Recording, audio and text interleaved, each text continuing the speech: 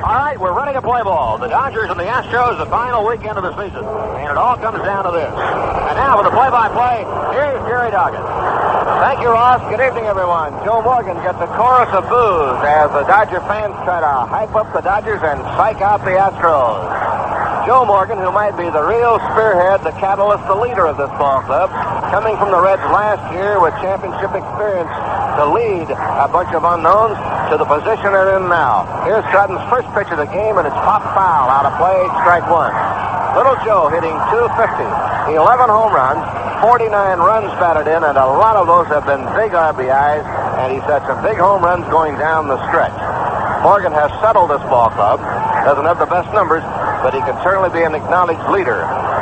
Little Joe, bat held high, left arm flicking at the left side of his body, ground ball to the right side. Davey Lopes back in action, up with it, makes his play, throws it away. He pulls Garvey off the bag, and Shear couldn't hold it, and Morgan is on an error. So Lopes is playing with a stiff neck, had a routine ground ball, and he threw it wide and pulled Garvey off the bag. Garvey tried to stay on the bag, the throw was high and away. So Lopes playing hurt, and he made a bad play on that one, and here's Enos Cabell. A little ordinary routine ground ball. So Lopes, in the last two plays that he's been involved in, has had big misses. Missing the pop fly in San Diego on Sunday, and now throws this one away, and Cabell takes a strike, 0-1. Davey can hardly turn his head. He has that stiff neck, but he wants to be in there. But he had a little routine throw to make, and couldn't do it. Cabell at bat. Morgan on first base. Morgan, of course, used to be a terror on the bases. He's slowed down some, but he can still pick them up and go. He has stolen 24 bases and has been caught 6 times. Throw over there, and he's just back. The Astros have stolen 29 out of 37 against the Dodgers. Here's the pitch to Cabell, a high fly to left field. Dusty Baker right there waiting. And he will put this one away. One away. So Cabell flies out. Terry Poole, the right fielder, coming on. .281 average. The Astros have been playing very, very good baseball. They won 3 straight at home against the Atlanta Braves before embarking on this final trip to the West Coast. They have been a good home club this year. They've won 55 games at home, which is a Houston record. They have won 92 games on the year, which is also a Houston record. They won 89 last year. The pitch to Poole is in there for a strike, 0-1. Don Sutton, of course, can get psyched up for a ball game, and this might be just the big one for Don. Started off on an ominous note, though, as Morgan is safe on an error on a routine ground ball when Davey made a high throw to first. Terry Poole is hitting .281, 13 home runs, and 54 runs batted in. There's a fly ball into left center field. It's going to fall for a base hit. Morgan around second, heads for third. The throw to second base, he's safe. A double for Terry Poole into the left field. So Poole doubles to left, and the Astros are trying to cash in the leadoff error. Morgan goes into third base, and he's a little lame now. Joe taking a walk around the third base coach, John Leppard, and he's feeling of his left knee. So Poole with a base hit, a double to left. Here is Cruz at bat, the top RBI man for the Astros with 90, and he has 11 home runs, a .308 batting average, and on deck will be Cedeno. So the Astros trying to get off to a big start and cash in a Dodger error on a routine ground ball. Another left-hand hitter, Cruz, waiting. Sutton into the windup, and the pitch on the way to Jose. Popped up on the third base side. It'll be Say calling for it between third and short. And Ronnie makes the play for the out. So there's a big one. As Cruz hits it straight up in the air, the side should be retired, but the Astros have one more to go, and it'll be Cesar Cedeno hitting .308, 10 home runs, 72 runs batted in. Cedeno having a good year after a ho-hum year last season. Caesar coming on. He has contributed some big hits. Cedeno last year hit just 6 home runs and had only 54 RBIs and hit .262. Lifetime average of .289. Cedeno against the Dodgers this year is 20 for 43, almost 500. So he's been wearing them out. He has 4 RBIs And the pitch to him is a breaking ball outside ball one. He does not have a home run against the Dodgers. Cedeno, the center fielder. Last year he played first base a lot and didn't like that. So he's back at his old spot in center this year, and it's been a much different season for him. About 40 points more in his batting average to begin with. The 1-0 pitch on the way. Outside for a ball, and it might be that Sutton's just going to pitch him carefully and work right around him and take his chances on Art Howe, who is due up next. Morgan out on the air, and Poole at second base doubled him to third. Cabell flied to left, and Cruz popped out. 2 balls and no strikes. The Phillies won a big one tonight at Montreal, beating the Expos 2-1. Here's the pitch to Cedeno. Way outside ball 3. You get the feeling Sutton's not going to give him anything at all to swing at. The Phillies, in winning the big one, of course, take a 1-game lead over Montreal, but more than that, they have their ace in the hole. They have Steve Carlton to go in Sunday's game, but they could wrap it up tomorrow and not have Sunday's game mean a thing. All right, a 3-0 count. Sutton ready again. The pitch to Cedeno. It's too low, ball 4. The ball gets away from Morgan, or rather from Ferguson, and Morgan breaks down the line but holds on as Joe went quickly on the ball off to the right. It's hard to see the ball when it gets on the ground and you look through the mask, so the catcher's first reaction is to throw the mask off and then look for the ball. This one was on the ground. Now the bases are loaded, and here's Art Howe, the 6th batter of the order. Art Howe, against the Dodgers this year, has 8 for 33 and 4 RBIs. So he's in now. Howe against Sutton this year, 0 for 5 with a run batted in. Bases loaded, first inning. And the whole issue could be set right here if the Astros able to capitalize on the break. Here's the look, and the pitch on the way to Howe. Curve strike. 0-1. To Sutton in a jam not of his making. Ground ball to Lopes, and Davey threw it away and pulled Garvey off first base. So the leadoff Morgan got on. Then Poole doubled into the left center field alley. It was cut off in the alley, making Morgan stop at third base. 1 strike count to Howe. Big, strong right-hand batter, the first baseman. The pitch flipped into right field. Coming up is Mundy. He's got it. No runs, 1 hit, 1 error, 3 left on. As Howe lines one to right, Mundy right there to make the play. And that's the end of the inning. The score, Houston 0, Dodgers coming to bat. He wore number 4 when he played for the Dodgers. Those of us who are fortunate enough to watch him in action will never forget his amazing catches in center field, or the fact he hit 389 home runs, still a Dodger record. Speaking of Edwin Duke Snyder, and this is another of the great moments in Dodger baseball, brought to you by Union 76. You know, the Dodgers honored Duke Snyder by retiring his number. It was truly a great moment. It was Old Timers Day. Many of the Dodger greats of the past were in Dodger Stadium once again, but it was Duke's Day, as he was welcomed into an exclusive group of only 5 other Dodgers who have received this honor. Of course, Duke has had many highlights in his great career, but surely one of the fondest, July the 6th, 1980, when the Dodgers retired his number. Friends, you know the folks at Union 76 have been bringing you great moments in Dodger baseball for 21 years now, just as they bring you fine tires, batteries, and accessories for your car. So stop in soon, and be sure to go with the spirit of 76. Well, we go along to the bottom of the first inning, and the Dodgers escape. A line drive out by Howe to right fielder Rick Mundy. Mundy playing over Johnstone, and more or less just because of a hunch by Tommy Lasorda. Johnstone has actually been the hotter hitter, but they figured that maybe Mundy might crank up and hit a long ball. So Tommy, on a hunch, decided to play Mundy in right field with Guerrero starting in center field. Of course, Davey Lopes hurt him with that stiff neck. He had a tough time even making the throw. Davey's going to come on now and lead off against Ford. Davey with a 256 average, 10 home runs, and 48 runs batted in.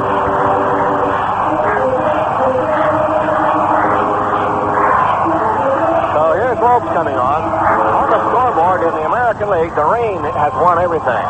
Cleveland, Baltimore rained out before they ever got started. They'll have a doubleheader tomorrow. The Yankees in Detroit were playing in New York, and they had 4 innings in, and it was rained out. So they'll have a doubleheader tomorrow. The rain hits the east. Here's the pitch to Davey Lopes. Fly ball to center field. Cedeno back 2 steps. circles back under it now and makes the catch for the out. In the National League, the scoreboard shows Philadelphia 2, Montreal 1. Roof in the winner. Lyle and McGraw helped out. McGraw got his 20th save. For Montreal, a tough loss. Sanderson was the loser. Bonson and Fryman. The margin in the game supplied by Mike Smith's 47th home run in the 6th inning. At the time, they gave the Phillies a 2-0 lead. Montreal got a run in the bottom of the 6th inning, but that was all they could get against the Philadelphia pitching. So they now are in a hole, 1 game down.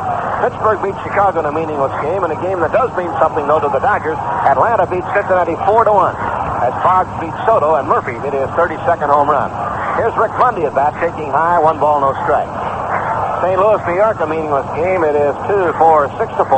St. Louis over New York in the 8th inning. San Diego, San Francisco, not yet underway. Here's the 1-0 pitch to Monday. Fly ball to shallow center field. Cedeno coming up for this one, and he's there. Makes the catch, and we have 2 up and 2 down on fly balls to center. The Dodgers facing Ken Force, who has been really a good pitcher against them. Force lifetime is 12-7 against the Dodgers. 2-2 this year. Here's Baker at bat. No score, first inning. The Astros, of course, lead the league in pitching, and the way they figure the league leaders in pitching, of course, is by the staff earned run average. The Astros staff earned run average is 3.13. The Dodgers are second at 3.26. So 2 clubs with outstanding pitching meeting here in this first of the 3-game series. Their team batting averages are about the same. The Dodgers hitting .263 for a team average, and the Astros .262. Here's the pitch to Baker in a little high, ball 1. The Dodgers have scored 653 runs, the Astros 624, so not much to choose from there.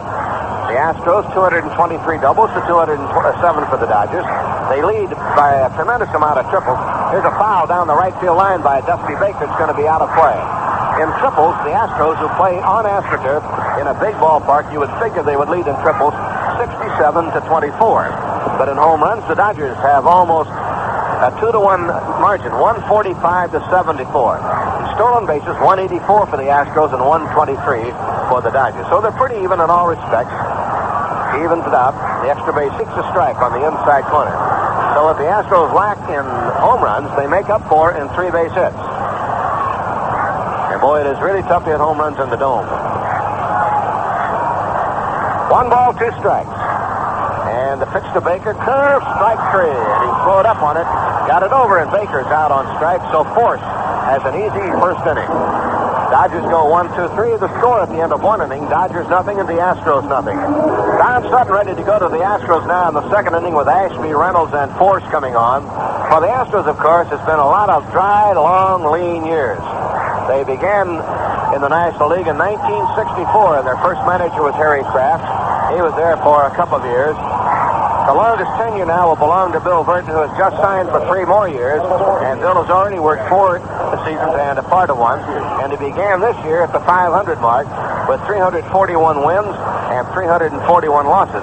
And now the 92 wins the Astros have tacked onto that make him the winningest manager in Houston history.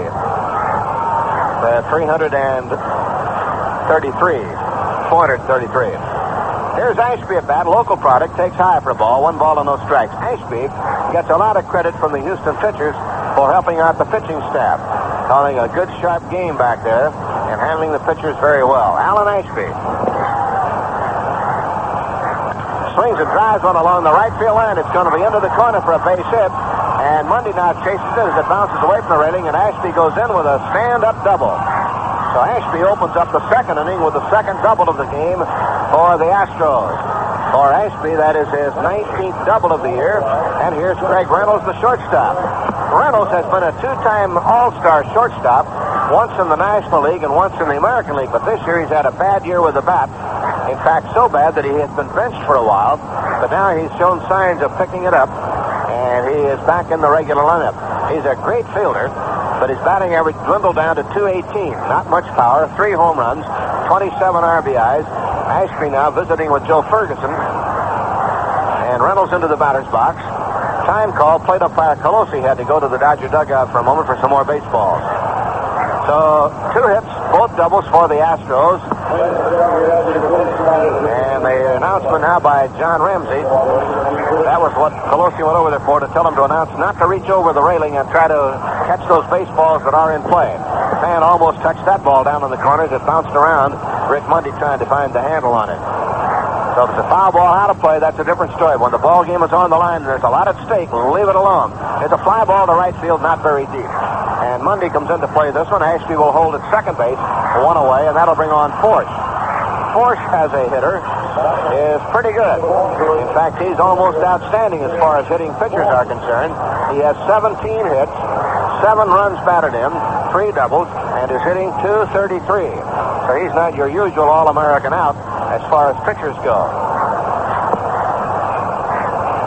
The Astros just 2 years ago were 21 games out and won only 74 games. They're trying to improve on that by 20 games in the space of 2 years. Here's the pitch to Force. Swing and a miss. High fastball. Strike one. So Sutton trying to not fool around on Force with Joe Morgan on deck. Don had one scrape to get out of in the first inning, and one he feels is enough for a little while. Ashby on second base. Force waiting. Here's Sutton's pitch. Line drive, base hit, center field. Here's Ashby around third and headed home. Here's the throw. It'll be not in time. Force drives in a run. Line drive right back to the middle. So Ken Forge, a good hitting pitcher, just like his brother Bob, drives in the run, and the Astros are on top 1-0. So a double by Ashby and a single by Forge. It seems like this season began with Forge and Ryan, the hitting pitchers, wearing the Dodgers out in Houston. And here they are. They haven't changed a bit over the space of 160 ball games. The Dodgers began the season on the road in Houston. First game was J.R. Richards. He got a hit, but that didn't drive in a run. Second game, Necro drove in 2 runs. There's a fly ball to right field by Morgan, and Mundy is right there for this one. And he makes the catch there. So Necro in the third game of the season drove in 2 runs with a single. And in the fourth game of the season, Nolan Ryan, in his second time at bat, hit a home run off Don Sutton with 2 men on. So the Astro pitchers have been able to hit against the Dodgers as well as pitch against them. 2 away, and here's Cabell at bat. So Force drives in the run. And the battery for the Astros provides that tally. 1-0 Houston. Enos Cabell, a confident player, unsung and a very solid player. Here's a breaking ball outside, ball 1. Cabell is hitting .275. Not a lot of power, only 2 home runs, 55 runs batted in. Good glove at third base. 1-0 the count. Enos now is wearing glasses. Here's a breaking ball, low, ball 2, 2-0.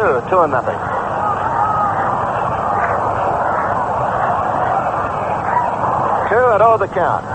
Cabell backs out of the batter's box. Cabell lives in Anaheim Hills in the offseason. Some of the Dodgers live in Anaheim Hills. Jerry Royce, Rick Mundy.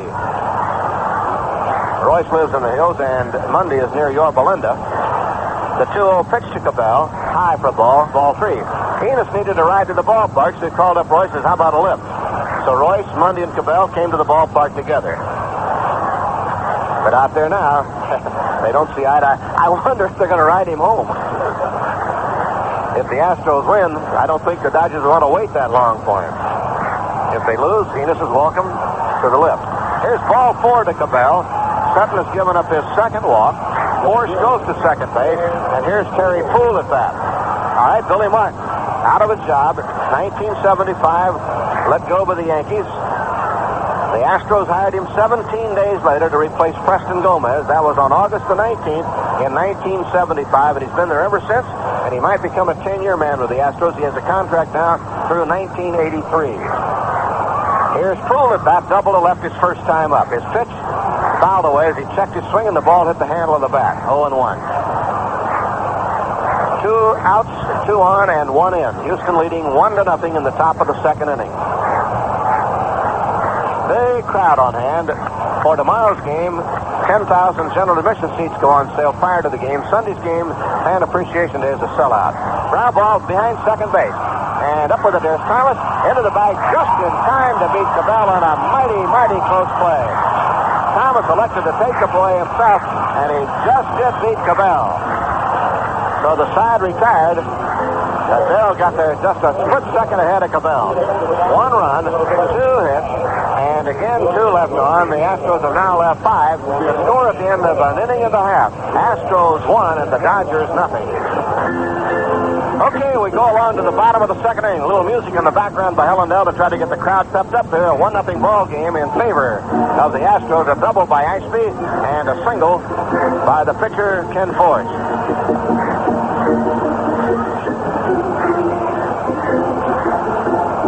So Force now ready to go to Garvey, Say, and Guerrero. Ron Say playing with his right leg heavily taped, badly bruised. Force feeling a little better about things, driving in the run, his 8th RBI of the year. Force, of course, had to go through a personal tragedy just a couple of weeks ago when his mother passed away in Sacramento. He had to leave the club before a big ball game and go home and miss the Turner show. But now he's had to keep those thoughts to himself and come on and think about his team and the baseball season, which is now winding down to its end. And we pass along our sympathies to the Force family because we know that his mom and dad were avid listeners of ours in the Sacramento area. Here's a drive to right field, and it's hit deep. Back for it goes Poole. He's on the track. He's got it. So Garvey flies deep to right field on the first pitch. 1 away, and the batter will be Ron Say. So Garvey, first ball swinging. Say the batter. Say's going to have to hit the ball for distance to get any kind of a base hit. He can't run much. His right leg is bandaged from just above the knee, well up the thigh, to put as much support on it as they possibly can. Guerrero on deck. Force working. He has retired 4 in a row, 3 on fly balls, and he got Baker on strikes. There's a fly ball in the right center field. And coming up for it now is Poole to make the catch for the out. So another fly ball. In the first inning, Lopes and Mundy fly to Cedeno. Here in the second inning, Garvey and Say fly to Poole. And here's Guerrero at bat hitting .326. 7 home runs and 31 runs batted in.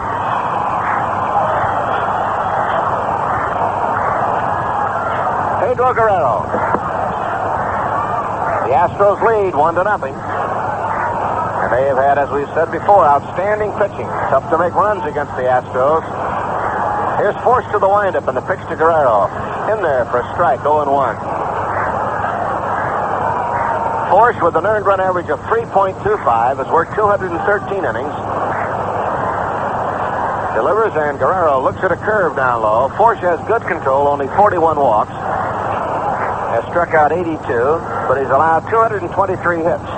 So a few more hits than innings pitched. A 12-12 record. Niekro's been the standout again on the staff with 19-12.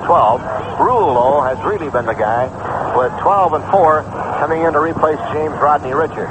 And his earned run average at 2.41. We'll see Rulo on Sunday if there's still a pennant race. Here's the 2-1 pitch. Ground ball, shortstop Reynolds near the bag. Swings it across, and the Dodgers again go out in order. 1, 2, 3. The score at the end of 2. Houston 1. The Dodgers nothing. This was for you, for being on the job and working hard all day. This was for you. You know that nothing less than that can make it all the way. So here's to you. There's no one else who does it quite the way you do. This was for you, because it isn't only what you say, it's what you do.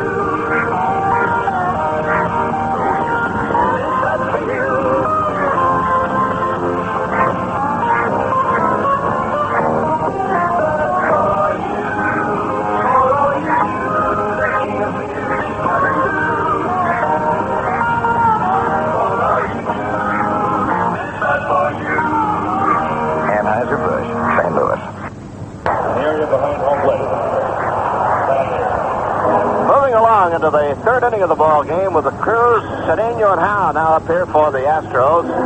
Cruz popped up, Cedeno walked, and Howe flied out to end the inning with the bases loaded. The Dodgers trying to circle now and turn it around on the Astros. The Dodgers haven't been involved in a pennant race this close since they lost out to the Giants by 1 game back in 1971.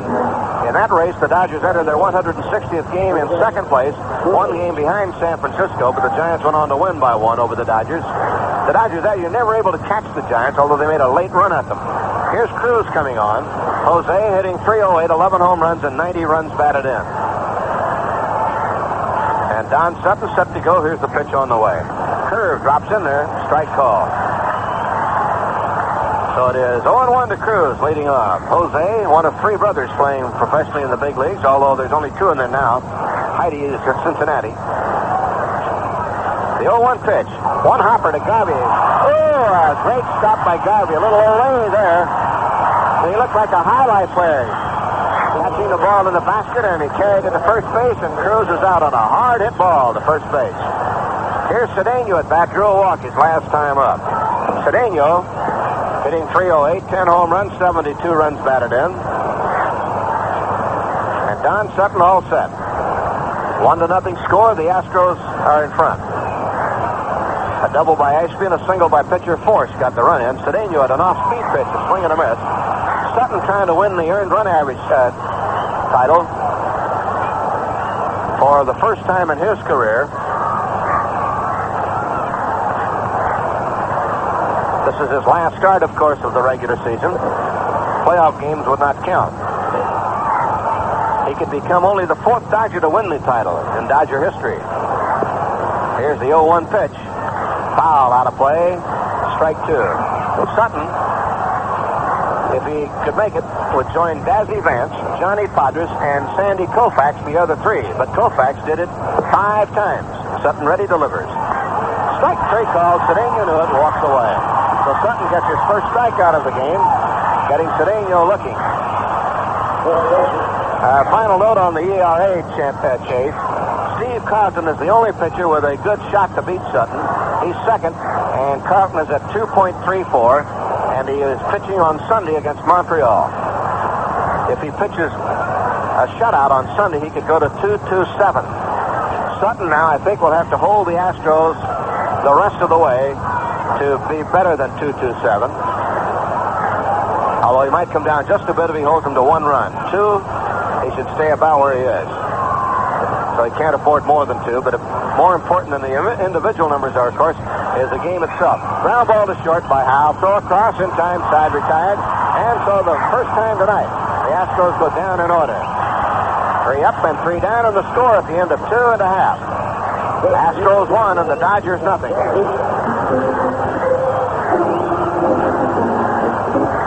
High to the bottom of the 3rd. The Dodgers will have the bottom 3rd of their batting order to face Force, who has retired 6 in a row, 4 on fly balls, and a strikeout and a ground ball. So Ken Force, who led all National League pitchers in control last year with 1.77 walks per 9 innings, is doing a little better this year, 1.73.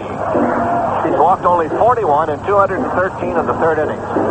So Ken Force, veteran right-hander, author of a no-hit game, he and Brother Bob, the only brother act who've ever had no-hitters. They both picked one up. Here's Ferguson at bat now. Joe hitting .234, 8 home runs, 28 RBIs. Very crowd tonight. A little bit hazy here weather-wise now. Warm day. Just a little bit of a haze in the stadium. Here's Force with a windup, and the pitch. Slider high, 1 ball and no strikes. 1-0 the count. The Astros have had a good bullpen trio also. LaCorte, Sambito, and Dave Smith. Now the pitch. Fergie pops it up foul behind the plate. Ashby has a play. Mask off, and he's got it 1 away. 7 straight retired by Force as Ferguson hit one straight up in the air.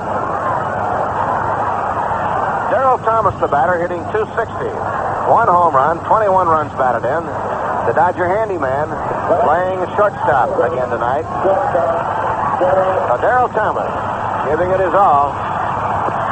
He has really been going after it. For a couple of the Dodger players, and Thomas is one of them, this is the first time they've been in a pennant fight. Darrell, of course, played with San Diego and San Francisco. They never were in contention when he was around. It's a ground ball to the right side. Morgan will have an easy play and throws in time to get Thomas 2 down.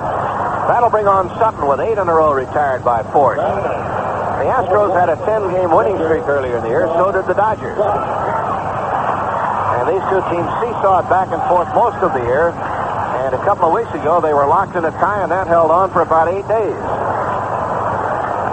They just stayed right there, neck and neck, like two racehorses coming around the turn into the home stretch. First pitch to Sutton, swung on a miss, strike one.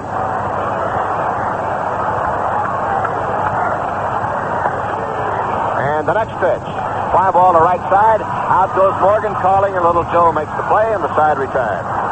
So Sutton pops up. The Dodgers got down in order again at the end of 3. It is Houston 1 and the Dodgers nothing.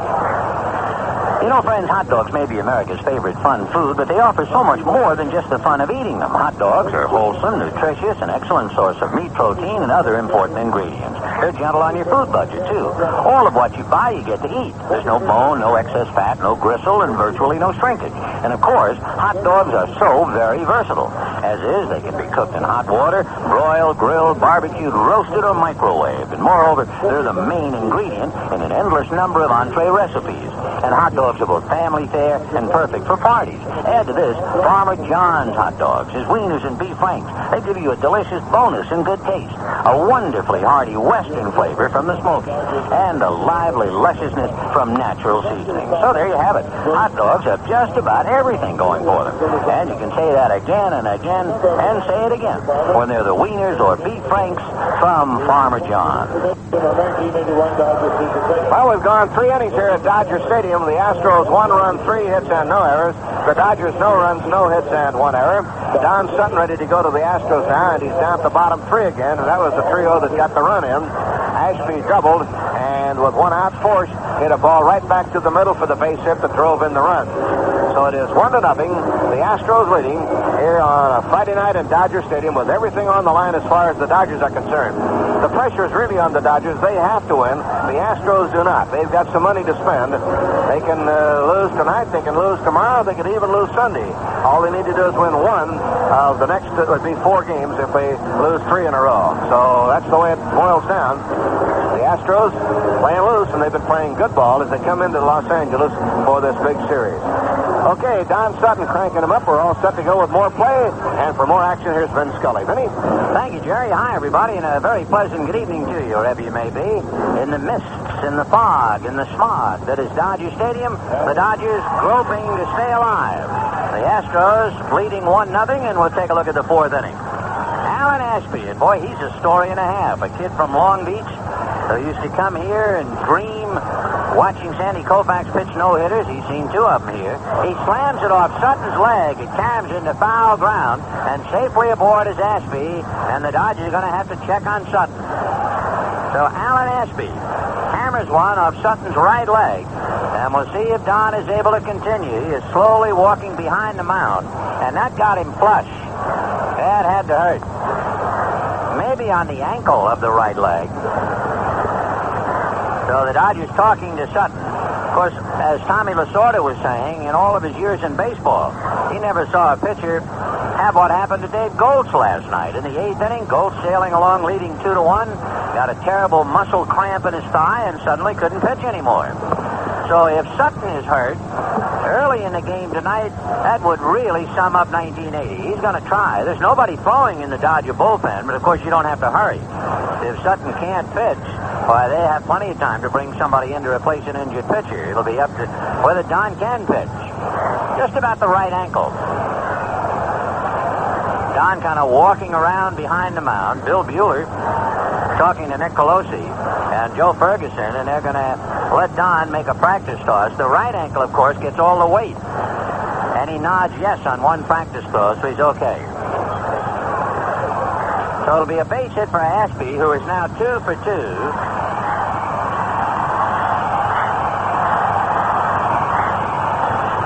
Sutton will now work on Craig Reynolds. 1 run, 4 hits for Houston. And for Ken Forsch, all he's done is pitch a perfect 3 innings.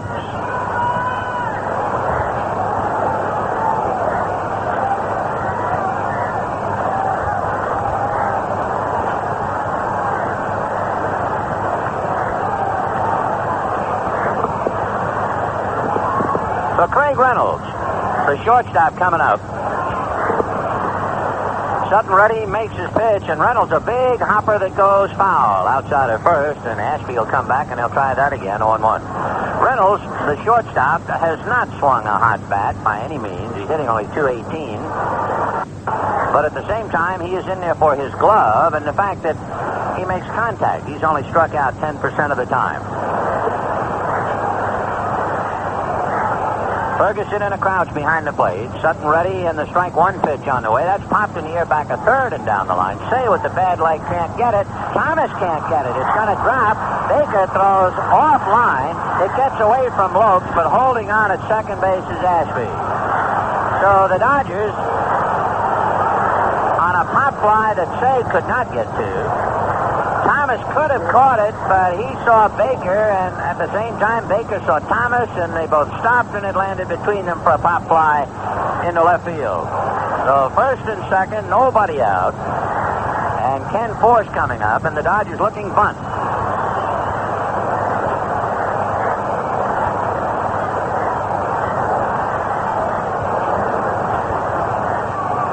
Ken Force singled in the second inning. He's 1 for 1. He's around a bunt. Gets it down. Sutton has to play at third. Goes to third for 1. The throw to first, not in time. So Force is unable to sacrifice. Sutton throws to Say, and they chop down Ashby. Reynolds at second. You hear the crowd reacting in the background, and of course you have to realize there's a tremendous amount of emotion here. The large crowd paying tribute to the Dodgers, to the slings and arrows of outrageous fortune, to the tortuous and painful and injurious year that it has been. So they were saluted before the game even started.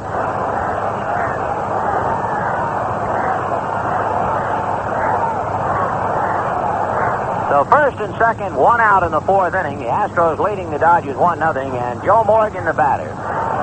Morgan aboard on an error and then flied to right in the 2nd inning. Joe hurt his left knee getting back to the bag. He was still able to go to third on Foole's double. And evidently he's okay. Sutton ready and delivers. And Joe hits a ground foul outside of first and down the line. 0-1.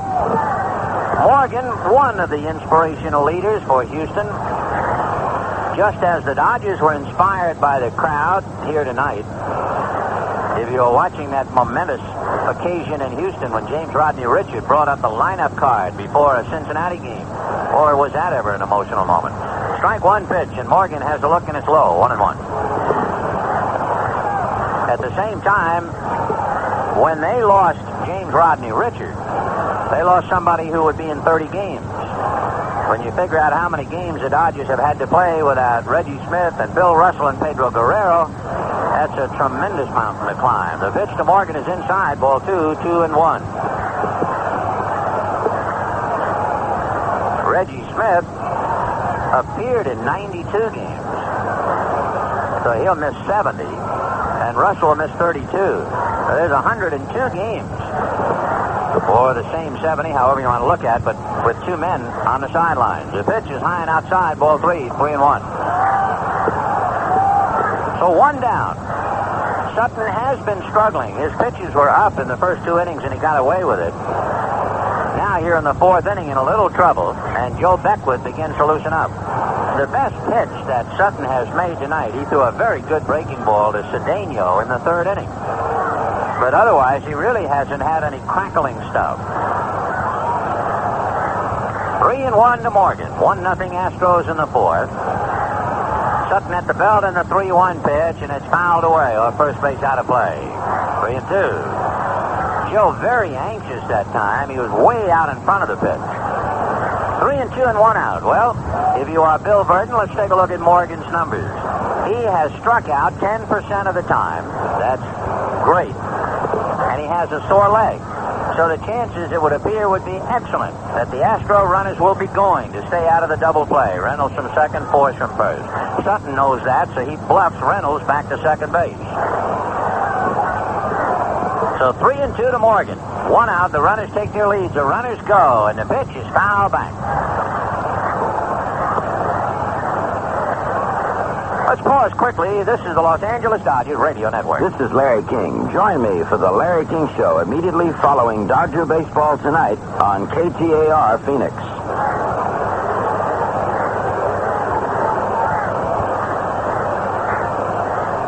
In the fourth inning, the Astros leading 1-0. 3-2 to Morgan. 1 out. Runners at first and second. Reynolds away from second. Ken Forsch away from first. Sutton nods yes. Now set at the belt. The runners will go, and the pitch to Morgan is fouled back again.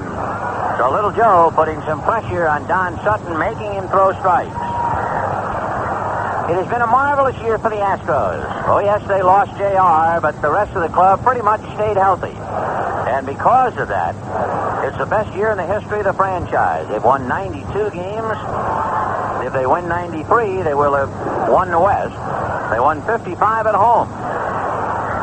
The runners go. The pitch to Joe is a check swing, strike 3. Morgan was going to first, and Colosi said, "No, sir, you broke your wrist."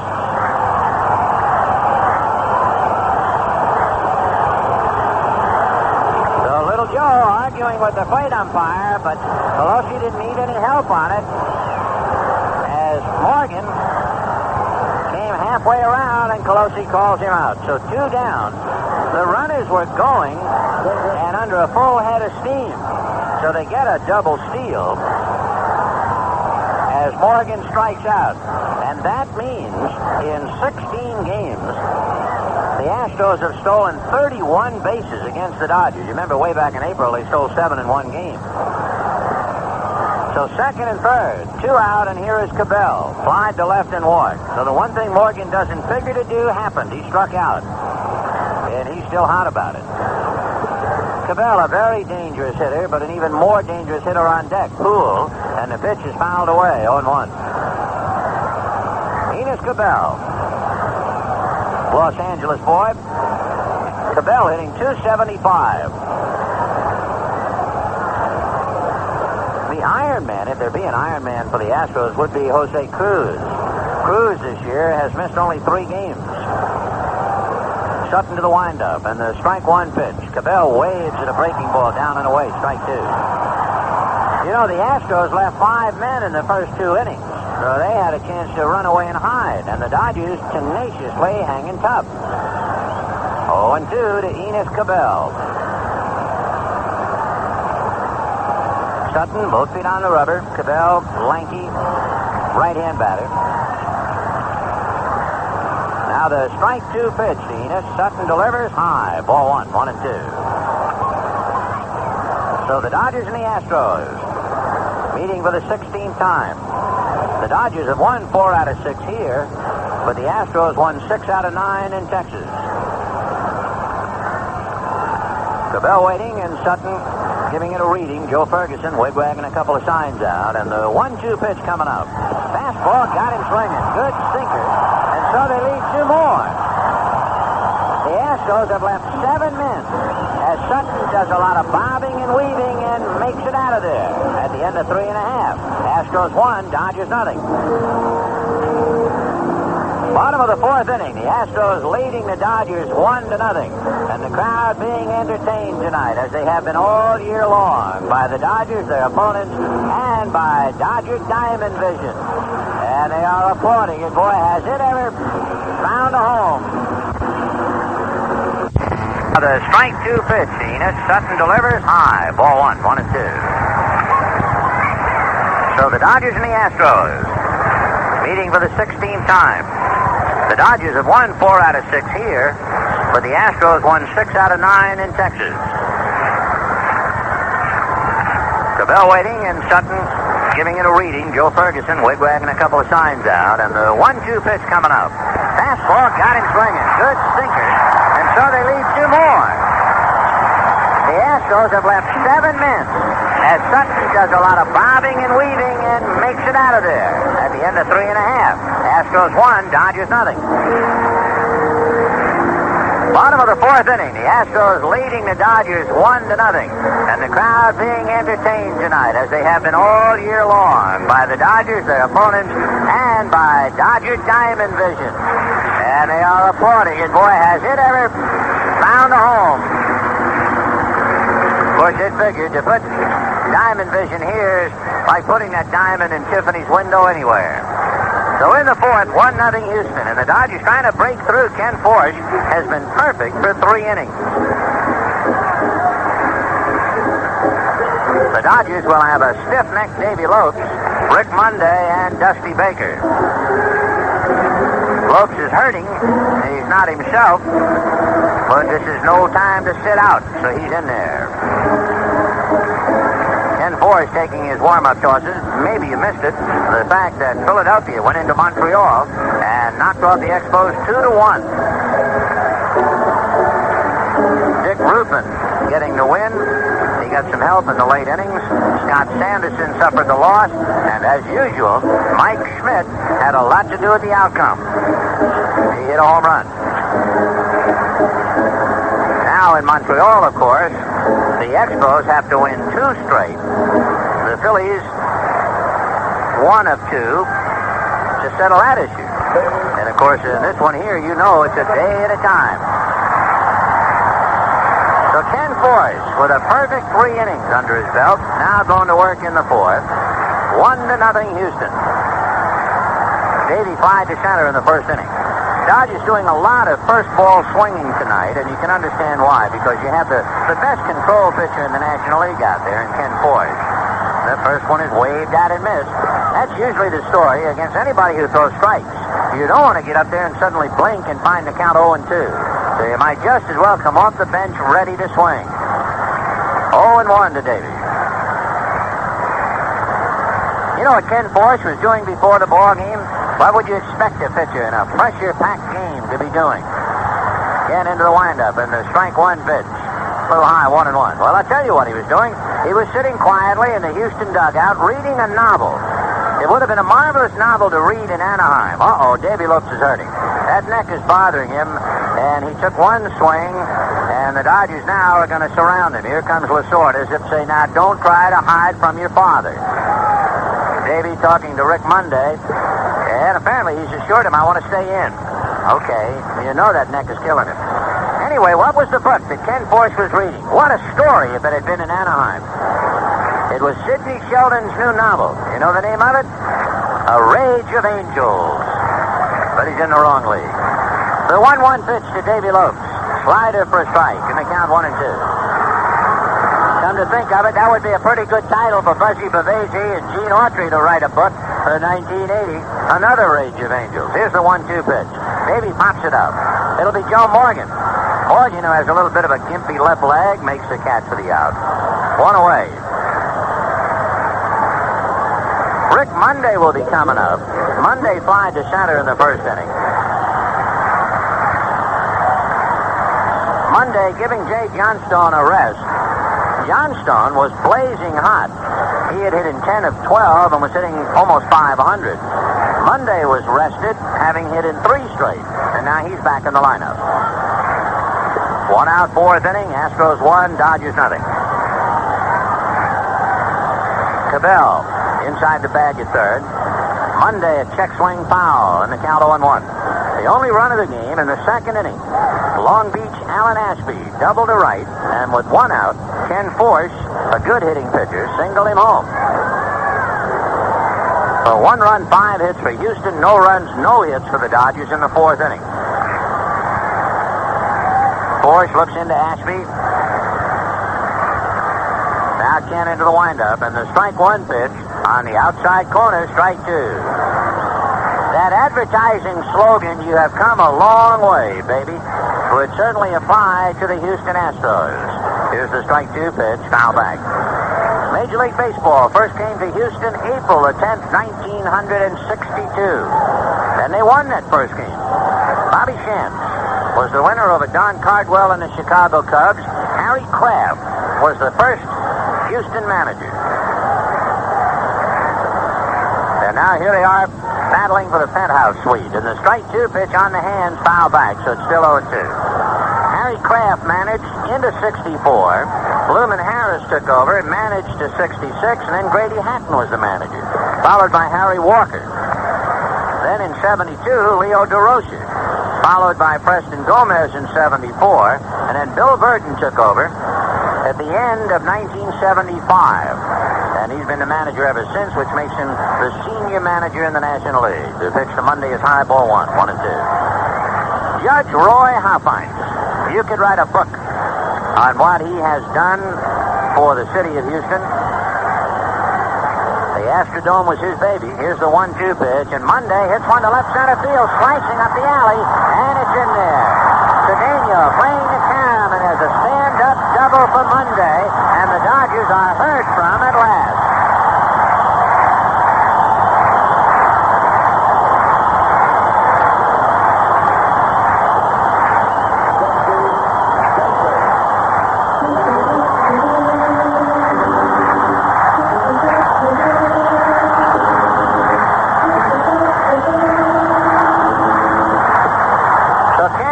Had retired 10 in a row. Rick Monday doubles to left center. And here's Dusty Baker trying to pick him up and get the Dodgers even. So the Astros squandered their opportunities. The pitch to Baker inside. Houston left the bases loaded in the first inning. They left 2 men in the second inning. They left 2 men in the fourth because they couldn't bunt. They've left 7 men in 4 innings. And the Dodgers now with 1 hit trying to get another and tie them. The 1-0 pitch to Baker. Forrest delivers, and it's popped in the air. Going out to get it is the shortstop, Craig Reynolds. Waiting, and makes the catch. 2 down, and Steve Garvey will be the batter.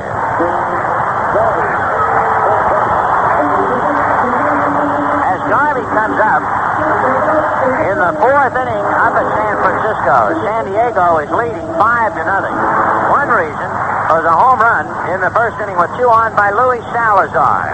Okay, Salazar came up in the 4th inning with runners at first and second. Did he hit into a double play? Did he hit a home run? Nope. Luis Salazar hit into a triple play. Here's Garvey now, and Force ready, and the pitch to him is fouled away. The triple play at Candlestick Park was a line drive to Joe Strain playing second, who threw to the shortstop, who threw to first for the triple play, and probably dozens of people saw it. 0-1, the count to Garvey. 2 out, 4th inning. Astros 1, Dodgers nothing. Monday with the only Dodger hit.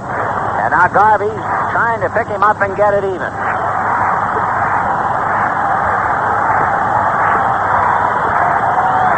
Garvey waiting, Force checking. Now Ken out of his stretch. The strike 1 pitch on the way. The right-hander delivers, swung on and fouled away. And the count 0-2. Force with his remarkable control. And he quickly has Garvey in a hole 0-2. Averaging 1 walk per game, Ken Force. However, it hasn't paid off that much for him. He's a break-even pitcher, 12-12. Break even with the Dodgers, 2-2. 0-2 the count. Ken out of his stretch, looks at Monday. The pitch to Garvey is lined down the left field line. Base hit. Monday will score to tie. Garvey going for 2. He's in there.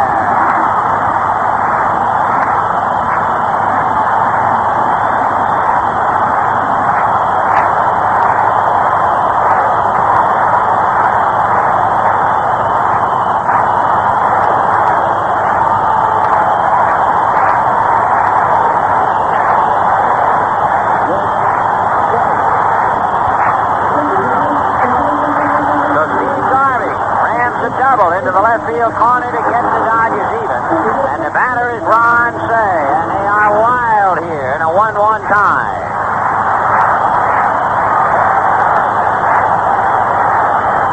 Say flied to right in the second inning. Force out of his stretch. Looks at Garvey. Works Say, and it's swung on and missed. It never seems to fail. One club has all kinds of opportunities, leaves a lot of men. The other club doesn't do a thing, and then bang, bang, and you're even. And this time it's the Dodgers who have caught the Astros. 0-1 to Say, hitting .255. Force ready. Now Ken strike 1 pitch. Fastball inside. 1-1. Ken has changed. Of course, he used to be a relief pitcher most of the time. And he had to learn how to warm up as a starter. And he used to take a short time to warm up, and it didn't pay off. Ken ready, and the 1-1 pitch to say. Ground ball to the right side. Fielded there by Art Howe. He'll go to the bag. Gimpy-legged say, of course, almost halfway down the line. That's all. However, doubles by Mundy and Garvey. And Garvey on an 0-2 pitch. And at the end of 4, the Dodgers won, the Astros won. This bud's for you, for being on the job and working hard all day. This bud's for you. You know that nothing less than best can make it all the way. So here's to you. There's no one else who does it quite the way you do. This bud's for you, because it isn't only what you say, it's what you do. This bud's for you. This bud's for you, for all you do, the business is coming through.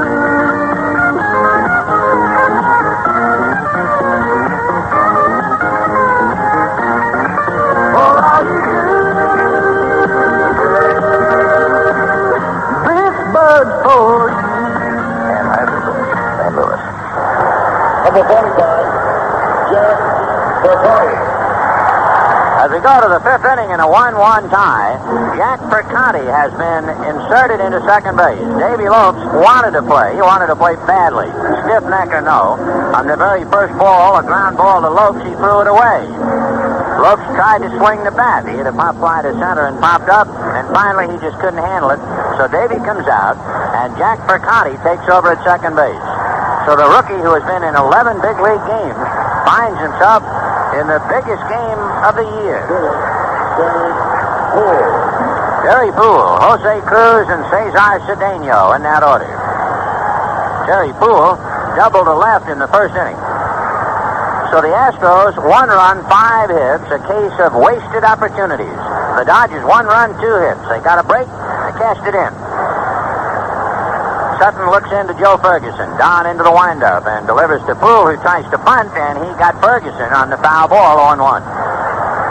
Catchers are usually shaken up on a foul bunt, because as the hitter begins to run up the bunt, the catcher's coming up out of his crouch to get out in front of the plate, and as he comes up out of the crouch, why, he is exposed, and that ball bounced on the ground and got Fergie, and he'll have to walk it off, but he's okay. 0-1. So Terry Poole, 1 for 2, with Jose Cruz and Cesar Cedeno. That would be the heart of the Astro lineup. Now the strike 1 pitch on the way. Sutton delivers, little foul off third. Say can't leg it over there. Fergie comes over, but it's on the dugout roof and bouncing back into the stand. 0-2.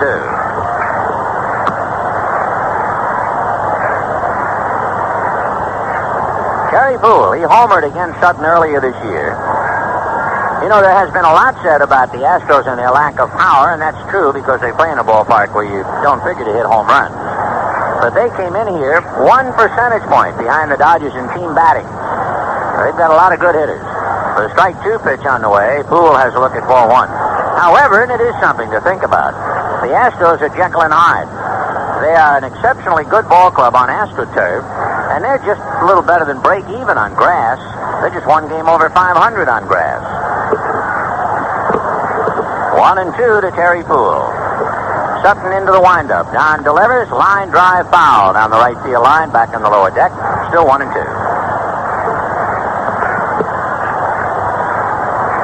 So the Houston Astros come a long way from Colt 45s in that country stadium where they had to spray the ballpark because of all the mosquitoes. Where back in 1962, the Dodgers played the Astros, or then the 45s in a doubleheader you wouldn't believe. Koufax and Drysdale could still tell you about it. The pitch is inside ball 2. Both Koufax, who is here tonight, by the way, and Drysdale each lost 15 pounds in that doubleheader. They carried something like 150 people out of the stadium. The heat was so bad. The Dodgers won the doubleheader, but that wasn't that tough in those days against the early Houston ball club. The 2-2 pitch is popped up on the right side. Steve Garvey near the bag, waiting, and he's got it. 1 down, and Jose Cruz the batter. Cruz popped up and grounded out, 0 for 2. The Astros finally moved from that country stadium to the Astrodome in 1965, April the 9th to be exact. They played an exhibition game against the Yankees, and wouldn't you know, Mickey Mantle put the seal on it with a home run. Cruz cues one down to Thomas, who throws him out. 2 out in the 5th inning, and Sutton has settled down again. And Cedeno will be coming up. The Astros, in their career, however, bothered by tragedy, the untimely deaths of pitcher Jim Umbright, who died of cancer, then of Don Wilson, and of course this year the terrible scare when James Rodney Richard had the stroke. And through it all, you have to take time and salute Judge Roy Hoffines. At 30, he was the mayor of Houston. And he was the prime mover behind the Astros and their Astrodome, and you sure have to think about him right now.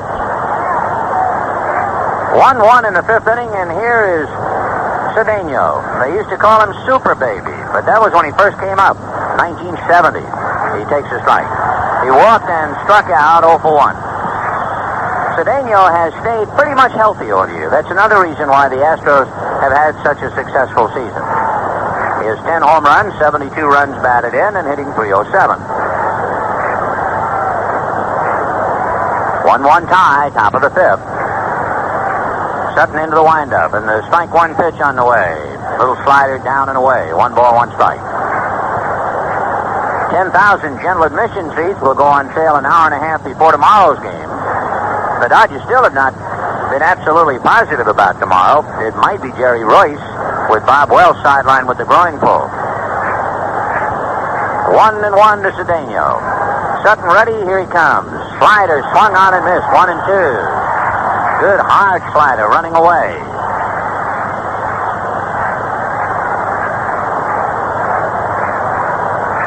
The Astros, since the All-Star break, are under 500 on the road.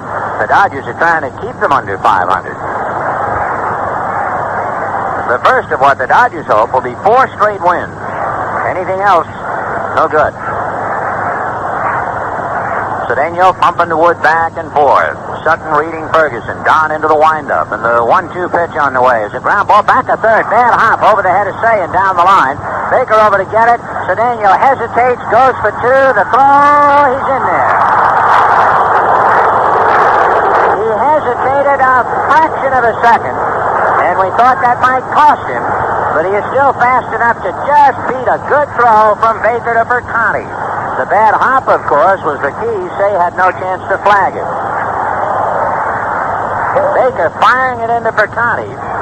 Jack took the throw on the shortstop side of the bag, so he had no chance to block the bag, and Cedeno was in there. So a bad hop double to left. That will be the 6th hit for Sutton.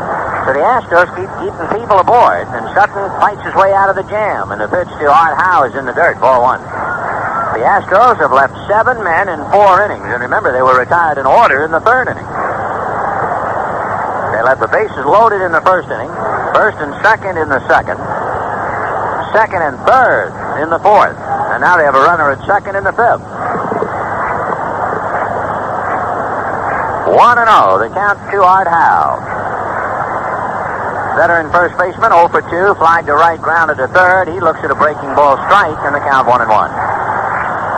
Now born in Pittsburgh, he was in the Pirate organization. He has made a lot of contributions to Houston, and he's had a good year, a solid year, hitting right around 280 all year long. Now with 9 home runs, 41 runs batted in. The 1-1 pitch is popped in the air to straightaway center. Guerrero started back. Now he comes up, looks up in the mist, and makes the catch. So they leave Cedeno, and that means the Astros have left 8. And at the end of 4 1/2, it's a 1-1 tie.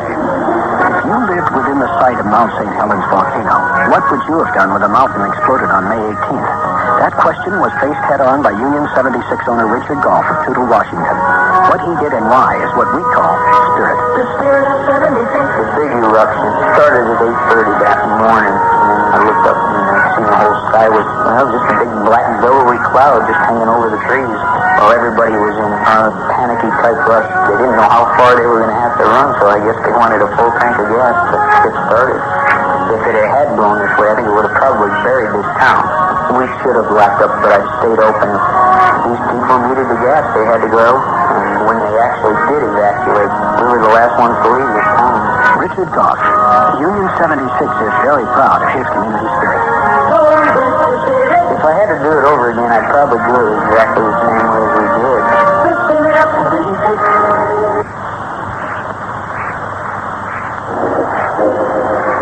Bottom of the fifth inning, a 1-1 tie. Let's pause for station identification. This is the Los Angeles Dodgers Radio Network. The news authority for the Grand Canyon State. KTAR, Phoenix.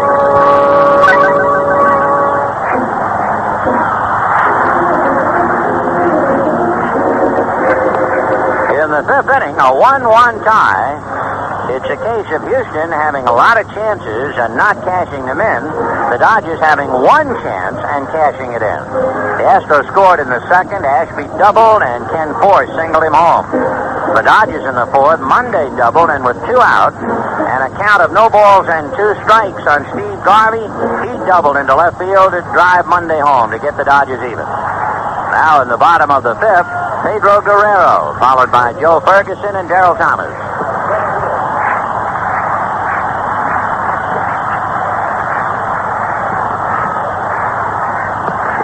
Guerrero grounded to short in the second inning. Manny Mota coaching at first, Danny Ozark at third, and Tommy Lasorda up on his feet at the base of the steps in the Dodger dugout. The same for Burton. And Ken Force delivers fastball to the hole. It's through. Base hit into left field for Guerrero.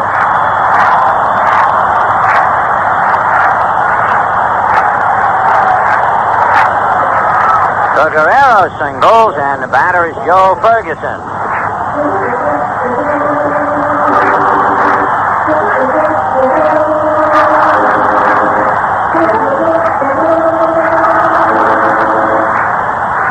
Joe Ferguson, hitting .234. He fouled out in the second inning.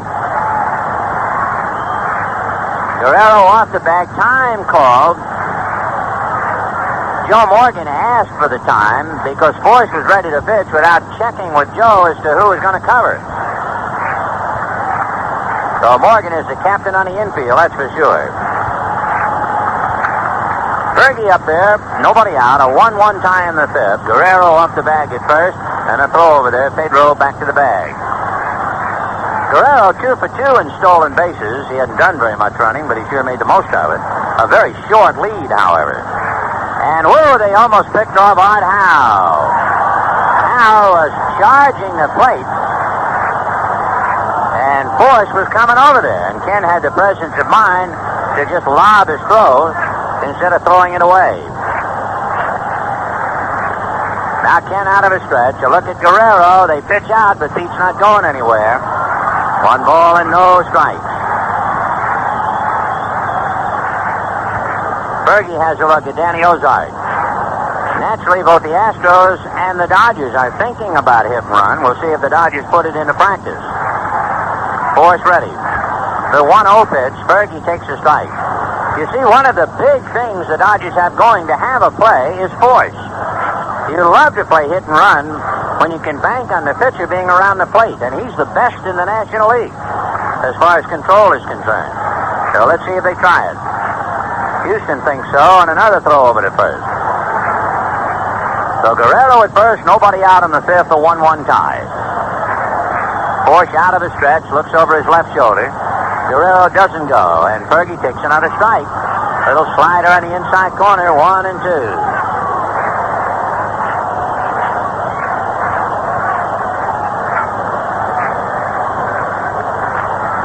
1 and 2, the count of Joe Ferguson. The outfield deep and around the left. Force at the belt, and another throw to first. And, of course, no doubt, being the top control pitcher last year and the top control pitcher this year, Ken knows all about how many times the opposition tries to play hit and runs. He's trying to tie up Guerrero. The 1-2 pitch, Fergie takes inside, 2 and 2. It's a great guessing game because Lasorda is trying to figure, with a control pitcher, they don't mind calling pitch outs, but I've got to get him into a spot where I can't figure they're going to have a pitch out to put a play on. Of course, if you wait to 3 and 2, it's obvious. But now it's 2-2, so this could be a very important pitch.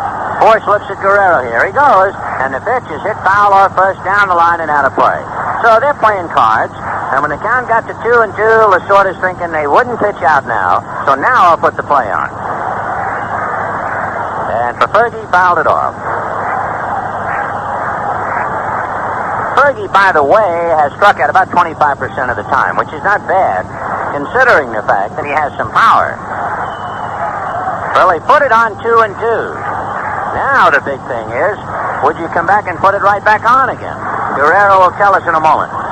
Pedro takes his lead. Yep, there he goes. And it's swung on and missed. The throw to Morgan. They double him up, and the Astros win it. They win that play. Morgan doing a handstand as he went over to Guerrero, and Harvey waiting to make sure little Joe held on to the ball. That, to me, is the part of this great game of baseball. That is a terrific part.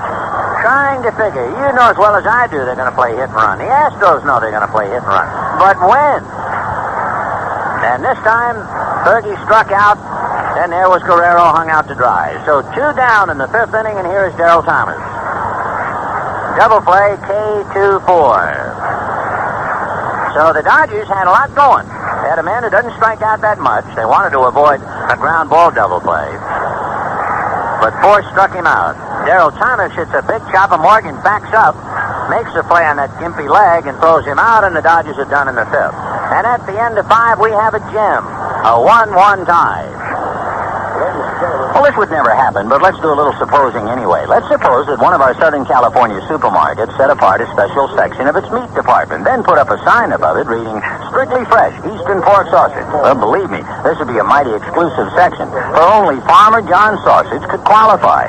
The reason, of course, is that only Farmer John goes to the expense of making his sausage from Eastern corn-fed pork he brings out here live and dresses fresh in the Southland. But the extra cost of Farmer John pays off in your extra enjoyment of his sausage. For only when pork sausage is strictly fresh is it at peak of full fresh flavors. So do keep this in mind when you shop for sausage. And remember, too, that now in more and more food stores, you will find 3 kinds of Farmer John sausage. Not only sausage in the roll, mild or hot, and skinless pork links, but also old-fashioned link sausage. Oh, they're all so good, you may have trouble deciding just which you like best. Here's Danny Goodman's latest souvenir offer, a Dodger vinyl warm-up jacket, a Dodger T-shirt, both available in kid sizes only, small, medium, and large, and an 8x10 autographed color team photo suitable for framing, or for $5. Send your name and address to Danny Goodman, Dodger Stadium, Los Angeles 90012. And remember to drop by Danny Goodman's Dodger Stadium gift shop on the club level next to the Dodger office, open Monday through Friday from 9 to 4. We're going to the 6th inning, a 1-1 tie. 1 run, 6 hits, and no errors for the Astros. 1 run, 3 hits, and 1 error for the Dodgers. The pride of Long Beach, Alan Ashby, will start it off. He'll be followed by Craig Reynolds and then Ken Forrest. It's the way it should be, isn't it? 2 teams battling all year long, and you come down to this, and what is this? A terrific pitching duel. 1-1 in the 6th. Ashby, the left-hand hitting catcher, doubled and singled.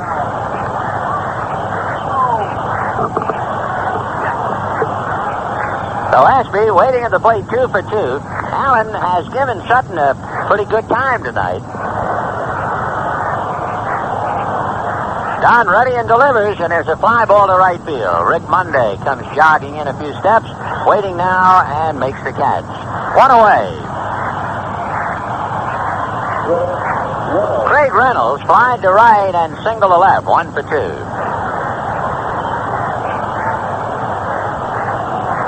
The Astros 1 run, 6 hits. They have left 8. The Dodgers 1 run, 3 hits. They have left 1.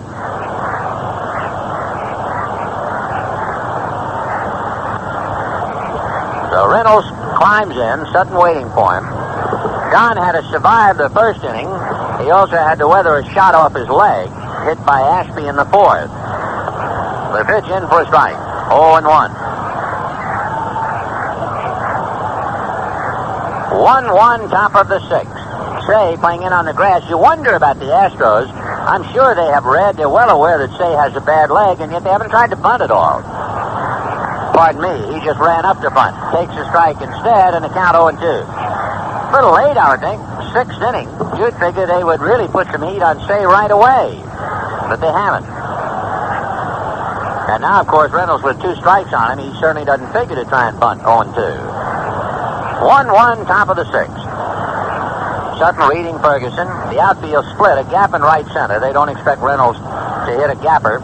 Sutton into the windup, and the strike 2 pitch is just outside. Ball 1, 1-2. Craig Reynolds hitting .218. But he has a good glove. And that's so important playing on AstroTurf.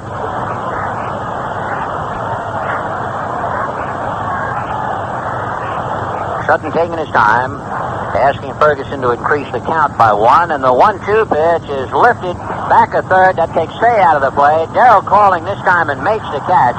Remember, a ball dropped in that Reynolds hit in the 4th inning, but not this time. So 2 down, and Ken Force the batter. Force singled up the middle to drive in the only Astro run, and then hit into a force play, and that was a big play. Trying to sacrifice, he forced a runner at third.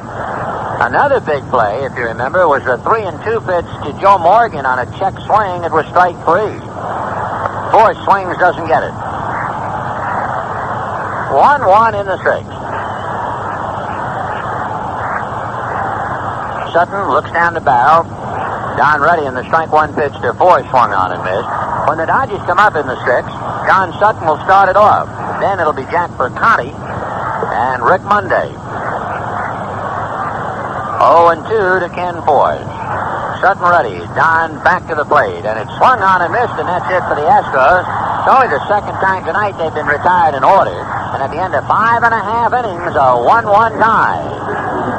The rave reviews keep rolling in for the high-mileage Datsun 200 SX.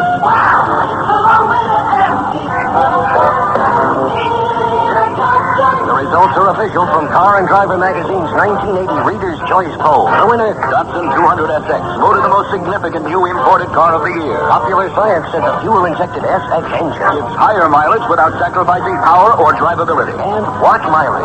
Datsun's new NAP-V engine is EPA estimated 27 mpg top city driving, 39 mpg highway. Use 27 mpg for comparison. Your mileage may differ.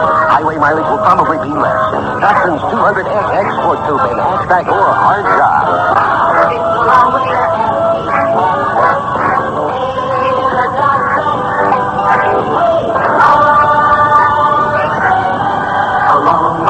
See the high mileage 200 SX now. Bottom of the 6th inning in this 1-1 tie. The Dodgers were down 1-0 in the 2nd inning. Battle back to get a run in the 4th on doubles by Monday, and then a 2-out double by Garvey with the count 0-2.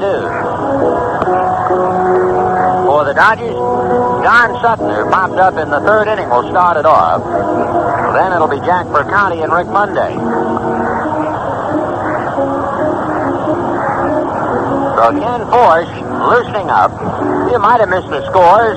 The big game, I would guess you know all about. The fact that Philadelphia beat Montreal 2-1, Ruffin over Sanderson. Mike Schmidt hit his 47th home run of the year. So they're 1 game in front of Montreal. They have a chance to win it tomorrow. Montreal has to win tomorrow to stay alive. Pittsburgh beat Chicago 3-1. Atlanta over Cincinnati 4-1. Cardinals beat the Mets 6-4. Despite San Diego hitting into a triple play, they're leading the Giants 5-0 at the end of 5. Chicago beat California 4-1. Rain in the East, rain in Boston, rain in Baltimore, rain in New York. That means the Yankees play a doubleheader tomorrow, and if they can win either of the games, they will have clinched it. Texas beat Seattle 6-2. Minnesota over Kansas City 5-3. George Brett hit a sacrifice fly. They give him 118 RBIs. He's the only player to average an RBI per game played. He's hitting .390. Here's Sutton. Force into the windup and delivers, and there's a loop to right field. Coming up in a hurry is Terry Poole to make the catch. He was playing shallow in the first place. So a looping fly ball to right, 1 down, and Jack Percotti coming up. Percotti, the hustling little second baseman, inserted when Davy Lopes tried, but couldn't do it with the bad neck. So Perconti will make his appearance with the bat. Bill Verdon bringing people up in left field, left center, setting his infield. He has his first baseman Howe up even with the bag, and he has Cabell on the grass. Perconti takes high, ball one. Jack has hit better than .320 his last 2 years at Albuquerque, and briefly in the big leagues, he's hitting .286. He runs well, 44 stolen bases at Albuquerque. He looks at a strike, 1-1. So Jack Perconti, in his 12th big league game, left-hand batter. 1 ball, 1 strike. Force comes back, and Perconti takes outside. Ball 2, 2-1. 1-1 tie. 1 out, 6th inning.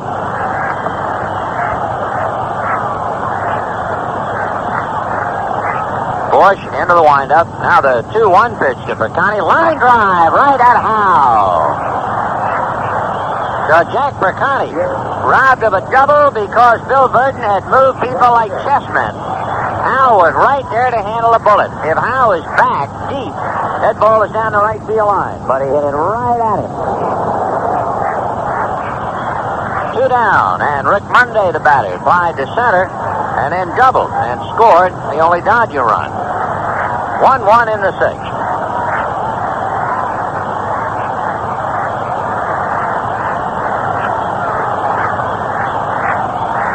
So Monday waiting. Bush on the rubber, into the windup, and the pitch to Rick is swung on and fouled back, 0-1. Tommy Lasorda wanted to rest Jay Johnstone. He felt that Jay had been playing every day, his back was hurting, and he wanted to give him a day's rest. I don't think Jay was too happy. He'd like to play every day, as everybody would. But Lasorda put Monday in there, and it was Monday who doubled in the 4th inning. 2 down in the 6th, a 1-1 tie. Force into the windup, and the pitch to Monday in there again, strike 2. Boy, I tell you, Force sure puts the heat on the hitters. You had better be ready, because it's just one strike after another. Well, Garvey doubled against him 0-2. Let's see what Monday does 0-2. Swung on and popped in the air foul. Cabell coming over. He will not have a play. It's back in about 5 rows behind the Dodger dugout.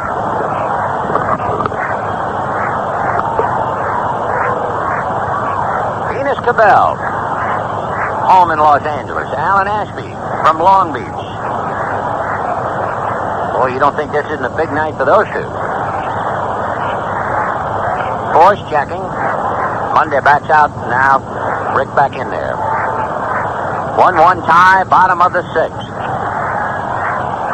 Alan Ashby setting a target behind the plate. Force taking a long look this time. Now into the windup. And the strike 2 pitch coming up. High. Ball 1. On deck, Dusty Baker. Dodgers won. They got theirs in the 4th inning. The Astros won. They scored in the 2nd. Here they are locked up in the bottom of the 6th. Outfield about straight away, and anything they pinch the middle on Monday. He takes outside, ball 2. They give him the lines both in left and right. Howe and Morgan, Reynolds and Cabell. In the outfield, Cruz in left, Cedeno in center, Poole in right. Ashby is the catcher, and Ken Force, 12-12 on the mound. Big Ken, he's 6'4", comes back 2-2, and it is just low, ball 3. Many of the Astros were playing umpire. They were coming off the field.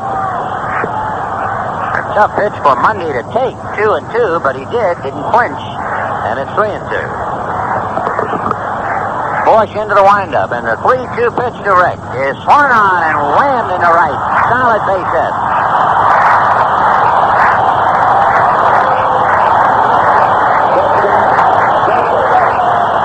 So Lasorda, resting Jay Johnstone, puts in Monday, and Monday's due for 3. And here's Dusty Baker. Baker has struck out and popped up. 1 run, 6 hits for the Astros. 1 run, 4 hits for the Dodgers. Monday at first held on by Howe. There have been 2 bullets in this inning now. Perconti's shot that was caught, and Monday's that was a base hit. Baker hits one off the leg of Force, fielded at short by Reynolds, throws to Morgan for Force. And Force is hurting as he walks off the field. That would have been a base hit up the middle, but it hit Force's right leg and came to Reynolds, and they got the fours. No runs, one hit, a man left. Well, Jerry will be along in a minute, and at the end of 6, a 1-1 tie.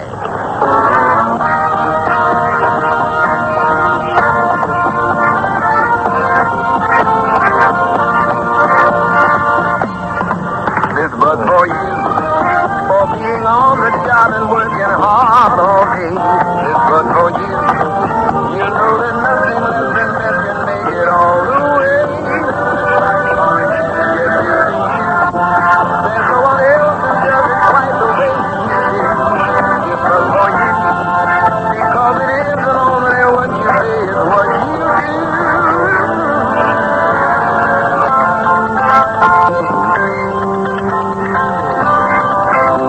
For you, for all you do, the bill is coming through. For all you do. Anheuser-Busch, St. Louis. Now we go along into the 7th inning in a big ball game, all even at 1-1 here at Dodger Stadium. Big crowd and a lot of excitement. Force was stung on the foot by that ball hit by Dusty Baker. We won't know about him until the Astros go to the field in the bottom of the 7th inning. Now they will come to bat with Morgan, Cabell, and Poole to lead off against John Sutton. Morgan was on an error in the first inning, flied out and struck out his other 2 trips up. Here's the pitch. Morgan pops it up around behind the plate, coming back at Ferguson near the backstop. He's got it. So Morgan fouls out. And that'll bring on Cabell, who has flied to left, walked and struck out. Enos Cabell hitting .275 coming in. 2 home runs, 55 runs batted in. Cabell has hit safely in 4 out of 5, and in 6 of his last 8 games for a .303 average. Morgan pops it up around behind the plate, coming back as Ferguson near the backstop. He's got it. So Morgan fouls out. And that'll bring on Cabell, who has flied to left, walked and struck out. Enos Cabell hitting .275 coming in. 2 home runs, 55 runs batted in. Cabell has hit safely in 4 out of 5, and in 6 of his last 8 games for a .303 average. Okay. Cabell at bat. The Astros left 7 men on in the first 4 innings. All right, Cabell waits Sutton's pitch. Slider outside for a ball. 1 ball and no strikes. Don has allowed 6 hits. And only 1 run. The run was driven in by Force after a double by Ashby. Force single to center field in the 2nd inning. Now the 1-0 pitch to Cabell. Foul upstairs off to the right out of play. 1 ball, 1 strike. A lot of coverage to this ball game. The Astros are televising. Pay TV network is televising.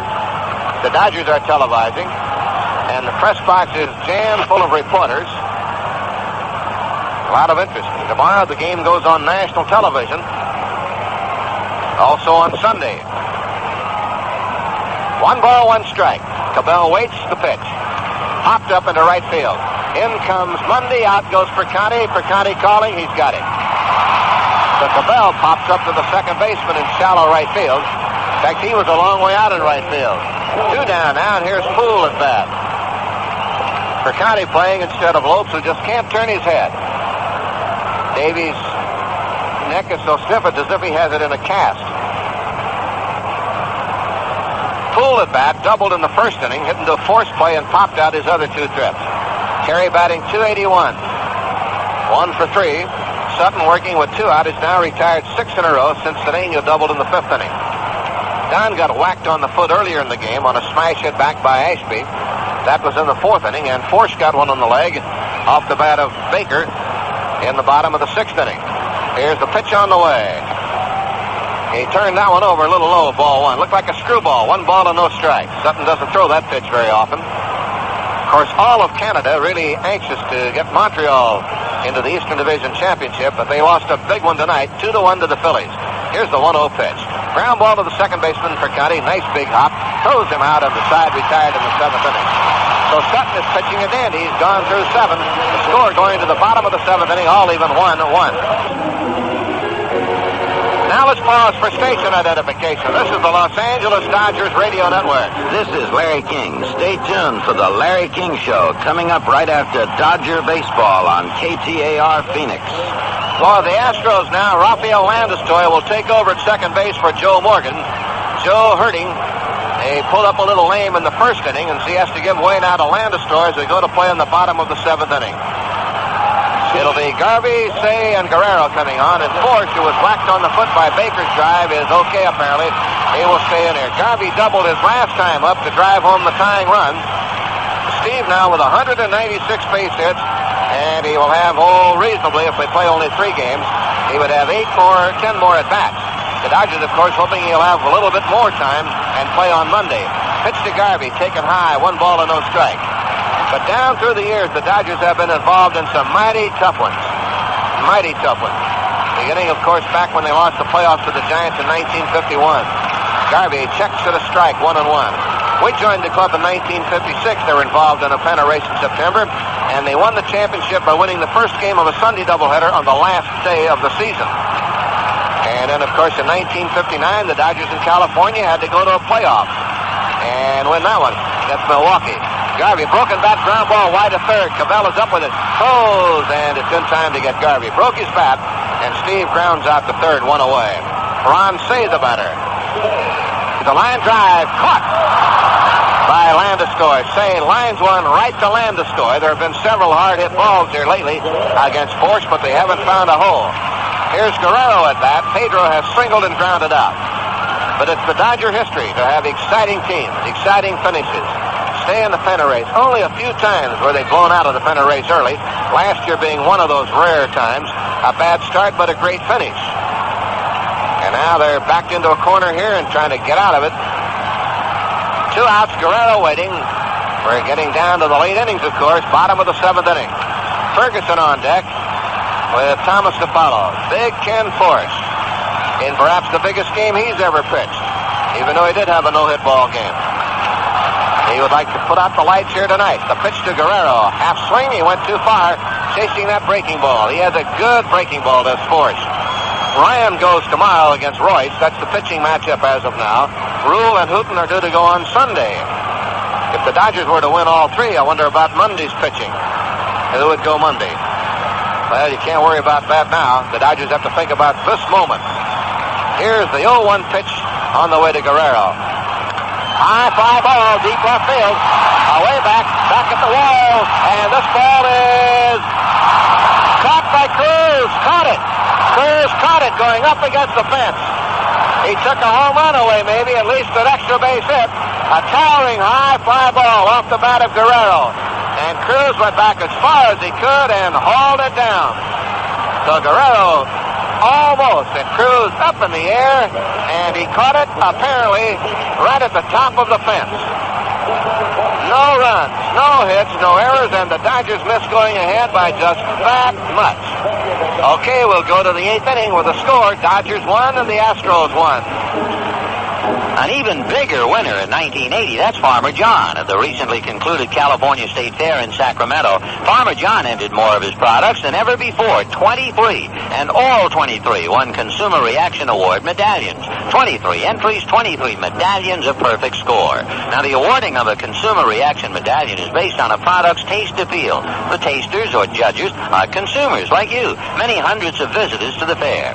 Taste testing is completely impartial. Products are secretly coded so as not to reveal brand names, and no advertising or other material at the fair gives a hint as to their identity. Only if a product receives a favorable response from at least 95% of the judges, that's 19 or more out of every 20, is awarded a medallion. Again, every Farmer John product entered in this year's California State Fair, 23 in all, won a Consumer Reaction Award medallion. Keep it in mind when you shop, and reach for the winners from Farmer John. Well, Guerrero came very, very close to getting one out of here, but Jose Cruz went as high as he could, and it's hard to tell from the video replay whether the ball was out of the ballpark when he caught it, but at least he was up about as high as he could go, and a good play by Cruz, and the Dodgers Turned away, and now we'll go to the 8th inning with Cruz, Cedeno, and Howe coming off. Cruz beat the Dodgers in a game in Houston the last time these two clubs met. That's when the Dodgers carried a 2-run lead into the 11th inning and couldn't hold it. And then Cruz in the next inning hit the home run to win. Jose has 11 on the year and 90 RBIs. He's 0 for 3 tonight. Hasn't had it out of the infield. And Don Sutton ready to go to the 8th inning. Here's the pitch on the way. In there for a strike. The paid attendance tonight is 49,642. So the Dodgers just a few short of the 50,000 mark. Cruz, one of the lesser-known stars in the big leagues today. He's had several good years, and he's been a real outstanding player for Houston. Ferguson now lining up Guerrero, the center fielder. Make sure they have him positioned properly. Strike one count to Cruz. Here's the pitch. Fly ball to left field. Baker right there. Dusty waits. One hand catch, one away. So Cruz flies out, and Cedeno will be the batter now. Has walked, struck out, and doubled. Cesar Cedeno coming up. If this game gets down to the bullpens, well, the Astros have Frank McCourty, who's been outstanding, 8-4. They have Joe Sambito, 8-4, and they have Dave Smith, who is 7-5 with an earned run average under 2. The Dodgers have Valenzuela, Howe, Castillo, and Valenzuela's throwing down there now. We had thought maybe Valenzuela might start one of the games. Here's a pitch fouled away off the right side. It's going to carry into the stands behind the Astro dugout. Sutton is due to bat third in the bottom of the 8th inning, so the Dodgers are getting somebody ready down there. They might go for a hitter for Don, although the way he's pitching, they would certainly like to leave him in there. When they had to take Goldsall last night, the game fell apart, and the Dodgers wound up losing it. Dave had to leave when he got a muscle cramp in his right leg. Here's the pitch, and it's outside the CC, 1-1. Cedeno has walked, struck out. His double was a bad hop over Say's head down the left field line. That came in the 5th inning. The Astros left 7 in the first 4 turns. They've left 8 in all. The Dodgers have left only 2.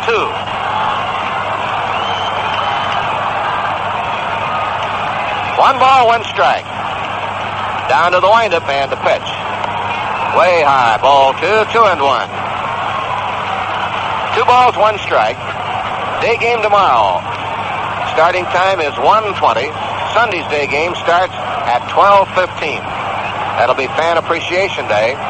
10,000 general admission seats go on tomorrow, an hour and a half before the game. So come on out and join us and take in all the fun. 2-1.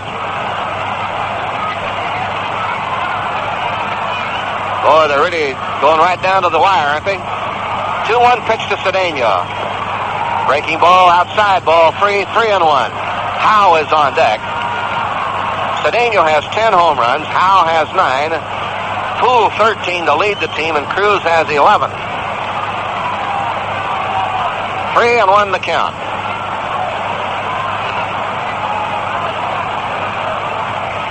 Three balls and a strike. Once again, the windup and the pitch on the way. He walked him. That pitch down low, and for the second time tonight, Cedeno gets a walk, and you have the feeling Sutton is being a little overcautious there, because Cedeno now really is a threat to try to steal. Cedeno has stolen 46 bases, been caught 15 times. Here's Art Howe at bat. That was the 3rd walk given up by Sutton. And we're in the 8th inning with 1 out. Now the Dodgers are a double play dip, but the main thing now is to try to keep Cedeno from running. So Don will have to keep him tied down. You can almost bet Cedeno's going to try to steal. 1 out. He goes back to the bag now, kicks at it. Howe is the batter. They might play hit and run with Howe. He makes contact pretty well. But you can believe they're going to have Cedeno in motion sometime in this sequence. There's a throw to first base, not in time. Sutton knows it, so he's going to try to anchor him down. The Astros have stolen 30 bases and been caught 8 times against the Dodgers. They had a double steal in the 4th inning on a strikeout. All right, Sutton set. And he bluffs going, pitch out, throw to first, and he's just back. He's almost caught that time. Cedeno bluffed, and the Dodgers had called the pitch out. So Cedeno maybe sensed something. He stopped and came back just in time. Ball 1 to count to Art Howe. Sutton trying to nail him, keep him tied up close. Here's the look. Cedeno off, and the pitch is swung on and missed. Cedeno, another good fake. 1-1 to Howe. 1 ball, 1 strike. Howe at bat. Ashby on deck. He's had a lot of important RBIs for the Astros this year. 1 ball, 1 strike, 1 out. A 1-1 tie in the 8th inning. Here's the look. There he goes. Got a good jump, and the ball is driven into right center field for a base hit. Guerrero over to cut it off, and here's the throw back in. Cedeno goes to third, stops there. The ball is knocked down at second base, and the Astros have a hit-and-run play work for them. As Howe lines one into right center field, and Guerrero had to cut it off with a bare hand try, and threw quickly back in, and Cedeno is stopped at third base. And now the Astros have runners at first and third with 1 out. As Howe lined one to right center field, and Cedeno, who is on the move, is at third base, and time called now. They might put a runner in for Howe. They will, and coming in to run for him will be Dave Bergman, who will stay in the game and play first base. So Howe gets a base hit, and boy, that might be a big one. Bergman will be the runner for him at first base. Howe goes back into the dugout with a hero's welcome there, and Cedeno's at third base. Bergman, a good fielder, doesn't hit too much, so he does not start too much, and now he's in as a pinch runner. So Bergman will be running here in the 8th inning. Throw to first base, not in time. The Dodgers now need a double play ball or a pop-up. Ashby has a double, a single off Sutton's leg, and a fly ball to right field. So he's been tough to handle. It's a fly ball to left field, and it may be deep enough. Here's Baker for the catch. Cedeno tag. Here's Dusty throw. It's going to be way late. Astros lead 2-1 on a scoring fly ball by Ashby. So Ashby lifts it in the air, far enough to left field, and the walk that Sutton gave to Cedeno is turned into a go-ahead run for the Astros. So Ashby drives it in with a fly ball to left field. 2-1 Houston. A walk, a hit-and-run single by Howe, and a scoring fly ball, and that's the way the Astros have been doing it all year long. They don't need power. They don't kill you with the speed, the overpowering hitters. They beat you to death with the little things. Hit-and-run play that worked. Scoring fly ball at the right time. And with 2 away, here's Reynolds at bat. He's a 1 for 3. Here's the pitch on the way. Fly ball to right field, and Mundy will have to go back a few steps. He's there now to make the catch. But the inning is over with the Astros getting a run on a walk. A base hit, and they had 1 left on. The scoring fly ball got it in, and we go to the bottom of the 8th with an uneasy feeling among Dodger fans with the Astros leading 2-1. There's a sports car you don't see on every corner. What fine. That baby really moves. Let's try to catch up and see what it is. Should have known that power, that styling. It's the 1980 Datsun 280ZX. A 1980 Datsun 280ZX, and for the first time ever, an open T-bar roof. Closest thing to a convertible. What an exhilarating way to let the sun shine in. Yes, a new Datsun 280ZX is here. See it, drive it, open it up. It's the ultimate definition of awesome.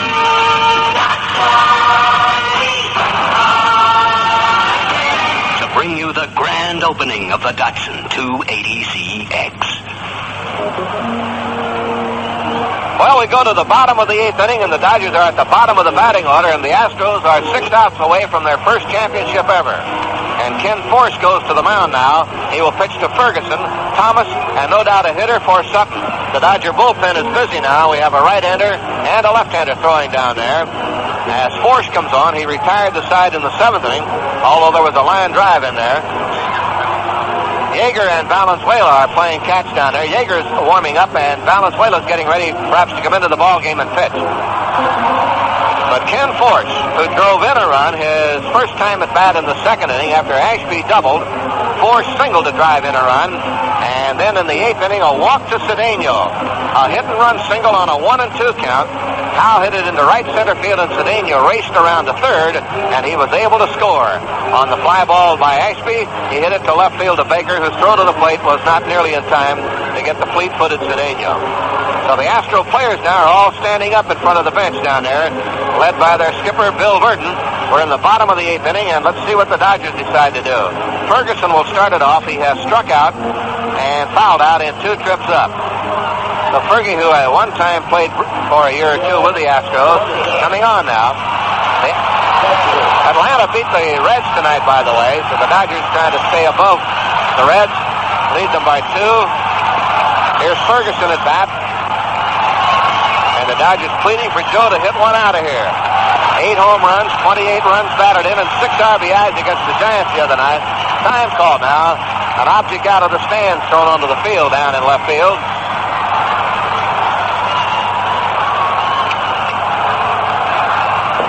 Second base umpire Harvey retrieves the ball and will throw it back to Cruz, who flips it into the bullpen in left field. Cruz, you might remember, took one away from Guerrero to close out the 7th inning, so the Dodgers came just that close to going in front of the ball game. So here's Force now, ready to go to Ferguson. Here's the pitch. Breaking ball for a strike, 0-1. Force has allowed 14 home runs this year. That's the most on the Astros staff, but not too many considering 217 innings. Here's the 0-1 pitch. Taken high with the slider, 1-1. The Astros have people throwing in the bullpen kind of leisurely down there now. Burton's going to have somebody ready if there are any storm signals go up here in this ball game.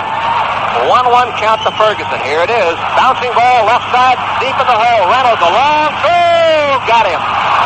Reynolds had to go deep, and he hurt his ankle when he stopped the throw. He made a good play throwing from the outfield grass, and he twisted his either right knee or right ankle when he went back for that one. Morgan had to go out of the game earlier. He got hurt his leg going back into first base when he was on in the first inning. Joe several times trying to get back under a pickoff throw. Now Reynolds is down on the ground, and the Houston trainer is out there. Verdon comes out, and several of the Astro players are gathered around him. And it looks like he twisted the leg around the knee. So Reynolds is down on the ground. He went far to his right in the hole at shortstop. When he came to the outfield grass, he had the ball, planted his right foot to get a little leverage to shove off and throw to first base. He made the throw, but then he limped away from the play, and he's being helped to his feet now, and apparently he's going to be all right. So Bell was there with him. Verdon out, Houston trainer there. Cruz and Cedeno in to see if he's all right. He's a good shortstop. When Reynolds and Ashby joined the Astros last year, they made a vast difference to the ball club, especially defensively. They really patched it up, and the Astros showed the result of those 2 acquisitions by winning 89 games last year and 92 at this point this year. Darrell Thomas, the batter. No one out on deck yet to bat for Don Sutton. And out comes Jay Johnstone with a bat in hand. He's going to get the call. Darrell is 0 for 2, grounded out twice to second base. Here's Force with a pitch to Darrell. Slider for a strike, 0-1. So Sutton will leave the game, working 8 innings. Gave up 2 runs and 7 hits. Struck out 4, walked 3. Here's a roller out in front of the plate. And Ashby's on the ball, throws, and just did get him. Darrell rolled that ball about 30 feet up the line, and Ashby made a spectacular play to get him. Grabbed it quickly and threw with Force almost blocking the traffic. And Ashby able to pick that ball up and made a good, strong throw. Thomas was running inside the line down there. He might have been called out anyway had he not been thrown out. He was on the wrong side of the line. And now it's going to be Gary Thomason getting the call instead of Johnstone. Thomason will bat. Dodgers looking for the long ball. But Thomason has hit only 1 all year. Batting in the 8th inning. The Dodgers down by a run. Time running out on them now. They have only 4 precious outs left. Or their season, as far as the championship, will be over. The Astros trying to hang on here, and the Dodgers trying to give them something to think about. After Thomason, it will be the second baseman, Jack Perconti. Ken Force has been a mainstay of their staff for a long time. delivers. Ground ball to second base. Landeskog down on his knee to block and throws him out, and we'll go to the ninth inning in a moment with the score, the Astros 2 and the Dodgers 1.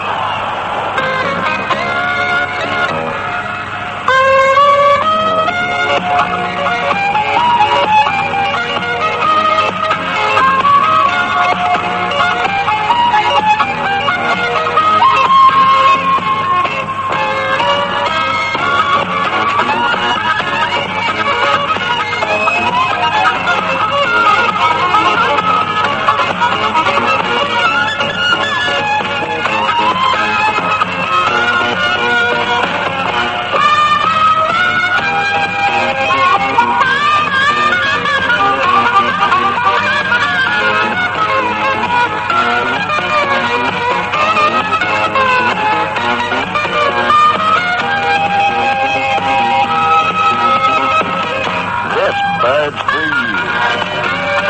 Anheuser-Busch, St. Louis. Well, the youngster Fernando Valenzuela, who might be a page out of the new book for the Dodgers, coming on to relieve Don Sutton. And Don goes out working 8 innings, gave up 2 runs, 7 hits, and his earned run average will stay right at the 2.21 mark. And it looks like he's nailed down that column. We'll figure that out for you in just a moment as Valenzuela warms up. Valenzuela coming on, and he has only been here a couple of weeks. He's making his 8th appearance, has worked 11 2/3 innings, and has won 1, saved 1, has not allowed an earned run. He allowed 2 unearned runs and only 5 hits. So the 19-year-old out of Sonora, Mexico, will come on and take over.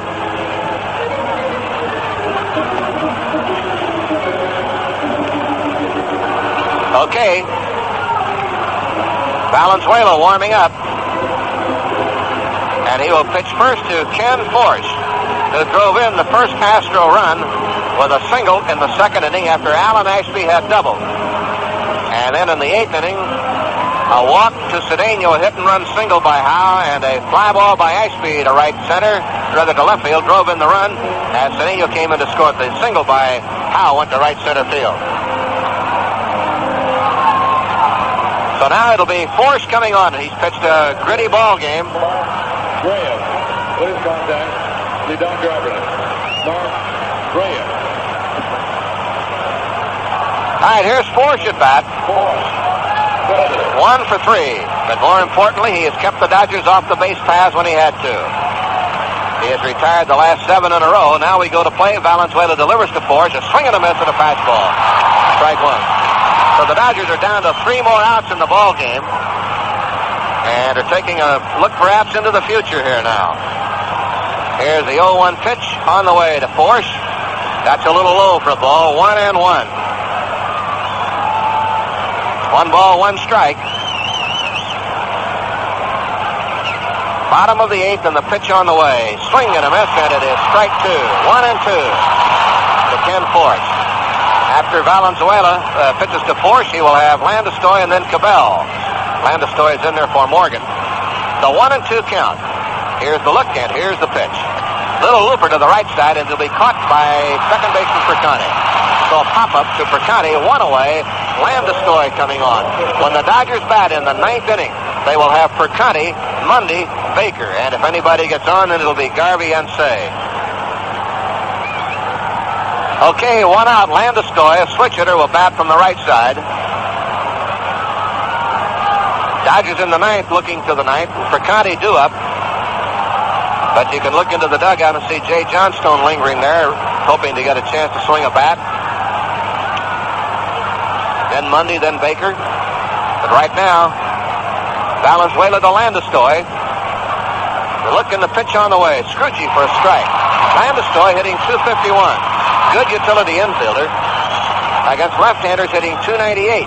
And he has batted more against left-hand pitchers than he has against right-handers. Scrooge sails high, 1 ball, 1 strike. Valenzuela in 11 2/3 innings, and of course that's not much to give a guy big league measurements on, but he has struck out 11, walked only 4, and allowed only 5 hits. So he has been very impressive. Screwball, chased and missed, 1-2. Here's a guy coming along trying to accomplish and master one of the tough pitches in the game that has taken a lot of good pitchers years to learn to develop. and he's only 19 years old. All right, 1-2 count. Here's the pitch. Half swing foul out of play to the on-deck circle to Enos Cabell.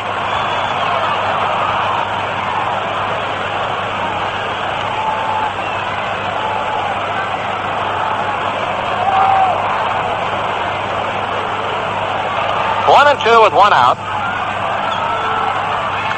Foul out of play, and it's still 1-2. We mentioned Don Sutton's earned run average at 2.21.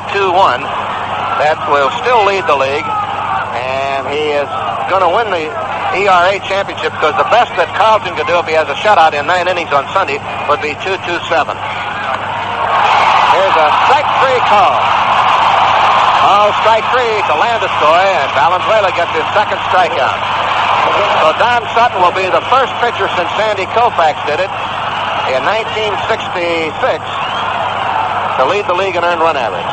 Koufax did it 3 times. 2 down, and Cabell, the batter, is 0 for 3, walked once. But Don, of course, would just as soon have won this ball game as win that title. But he goes out behind 2-1. Dodgers have one more shot at him. Cabell looks at the breaking ball outside, 1 ball and no strikes. Valenzuela trying to rack him up in order here in the 9th. He was at San Antonio. He hasn't allowed a earned run in so long you can't believe it. Here's the pitch. High and away for a ball. Valenzuela wound up his season at San Antonio with an unbelievable string going. He was 7-0 in his last 8 starts and had not allowed a run in 35 innings of work when he left San Antonio.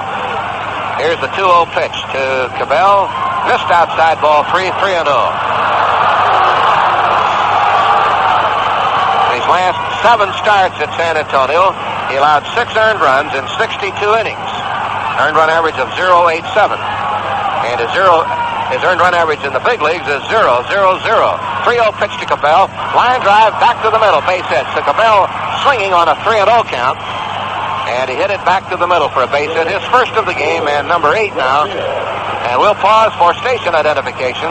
This is the Los Angeles Dodgers Radio Network. This is Larry King. Join me for the Larry King Show immediately following Dodger baseball tonight on KTAR Phoenix. Terry Poole will be the batter. Had a first-inning double for the Astros, and the Dodgers kept him anchored on base in that inning. The Astros loaded the bases at the start of the game. They stranded 3. They left 2 more on in the second inning, 2 more on in the 4th inning. And it's 2-1 Astros leading. Cabell on at first base, and Valenzuela's pitch. Line drive to right field, a base hit for Poole. Up with it as Mundy brings it back in. So with 2 out, back-to-back singles by Cabell and Poole. And here now is Cruz coming on. He's 0 for 4. Another left-hand hitter coming up. So 2 singles off Valenzuela. That gives him a total of 7 that he's allowed so far. The Astros now have 9 hits in the game. Terry Poole at first base. Cruz waiting, hitting 308. And Valenzuela trying to get him out now. The Astros trying to give Force a little insurance now to work on. There's a high chopper over the mound. In front of second base, Thomas up, Cruz, and got him. Good play by Darrell Thomas, who was on the second base side of the bag, or the first base side, to make the play on that one. So Thomas, a good play to throw out Cruz, and it's no runs, 2 hits, 2 left on. We'll go to the bottom of the all-important 9th in a moment with a score. Astros 2, Dodgers 1. If you could ask your favorite Dodger what it takes to become a top professional baseball player, certainly one of the things he'd probably tell you would be hard work. The Dodgers put in long hours of practice during spring training, before every game, sometimes on their day off as well. They're always trying harder to be just a little better. Trying harder is the spirit of 76. And your certified Union 76 dealers have it too. That's why many of them make a special effort to take certified service training, to learn and relearn how to take care of an automobile. When you see your dealer wearing a stripe that reads brakes, for instance, you know he's been thoroughly trained, knows how to service the brakes on most kinds of car on the road to best. And the Union 76 standards are just as rigid in other services, such as tune-up, air conditioning as well. So when your car needs maintenance, remember the man who's put in hard work to learn to do the job right. Your certified Union 76 dealer. Go with the spirit of 76. We we go along into the last half of the ninth inning, and the Dodger fans are standing and shouting. They're going crazy here. They're trying to give the Dodgers a little bit of help. And it'll be Jay Johnstone. Jay Johnstone coming on to bat for Perconti. So Johnstone will start it off here. In the last half of the ninth inning, batting for Perconti. The Dodgers have 3 outs left of them.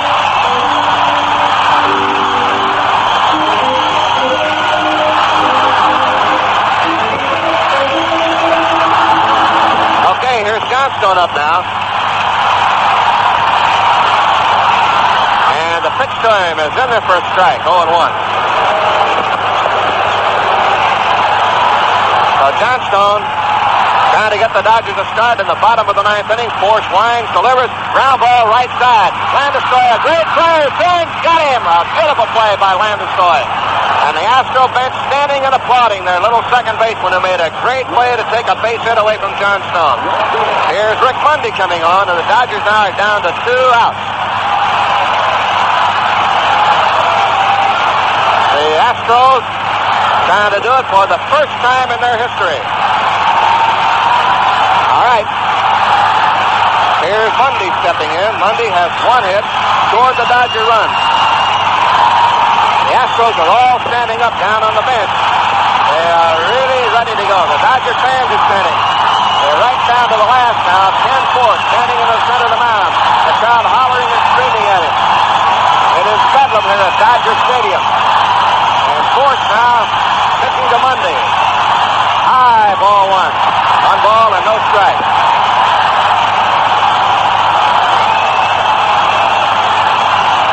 A great ball game. It's been a great season. And the way the fans are really, well, they've almost distracted. Ken Force is going to take a little walk back off the mound. So Force walking away. All right, Mundy back into the batter's box. The Astros all standing up in front of their dugout. Dodgers are standing. The crowd is standing. Here's the pitch to Mundy. A swing and a miss. Strike 1. 1-1. After Mundy, it will be Dusty Baker and then Steve Garvey if the Dodgers can get a base runner. A good play by Landeskog to take a base hit away from Johnstone, pinch hitting in the top of the ninth. You can hear the crowd. They're really trying to help the Dodgers along. The 1-1 pitch. Outside, ball 2, and it pops off Ashby's glove. The difference in the ball game supplied by Alan Ashby out of Long Beach. Sacrifice fly in the 8th inning. He scored the first run of the game after a double. He doubled to right, and Force drove him in with a single to center field. 2-1 count to Rick Mundy. Here's the windup and the pitch on the way. A drive to right, a base hit. So Mundy singles, and the Dodgers are still alive. Mundy's 3rd hit of the game. Baker, the batter, has not had the ball out of the infield.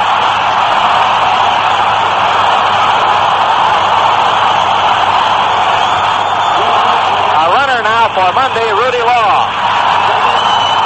Law will run here in the 9th. Okay, 1 out, 1 on, and now that play by Landeskog looms ever larger. You can cut the tension with a knife now. Every Astro player is out standing anxiously on top of the dugout steps. Here's Baker at bat. 0 for 3. 298 average. The pitch on the way. Down low, ball 1. This place is going crazy.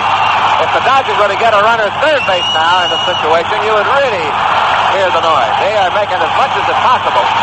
The 1-0 pitch. A throw bouncer to the right side. Landeskog comes in for it. He travels. Everybody is safe. Landeskog, who just made a big play, drops an easy play, and the Dodgers have the tying run at second, the go-ahead run at first base, and Garvey will be the batter. And Bill Burton is coming out to talk to Force. A little dribbler to the right side of the mound. Force started for it. Knew he couldn't get it. Looked to Landeskog, who came in and dropped it, and is charged with an error. So the Dodgers have Law at second base. They have Baker at first base. They have Garvey coming to the plate.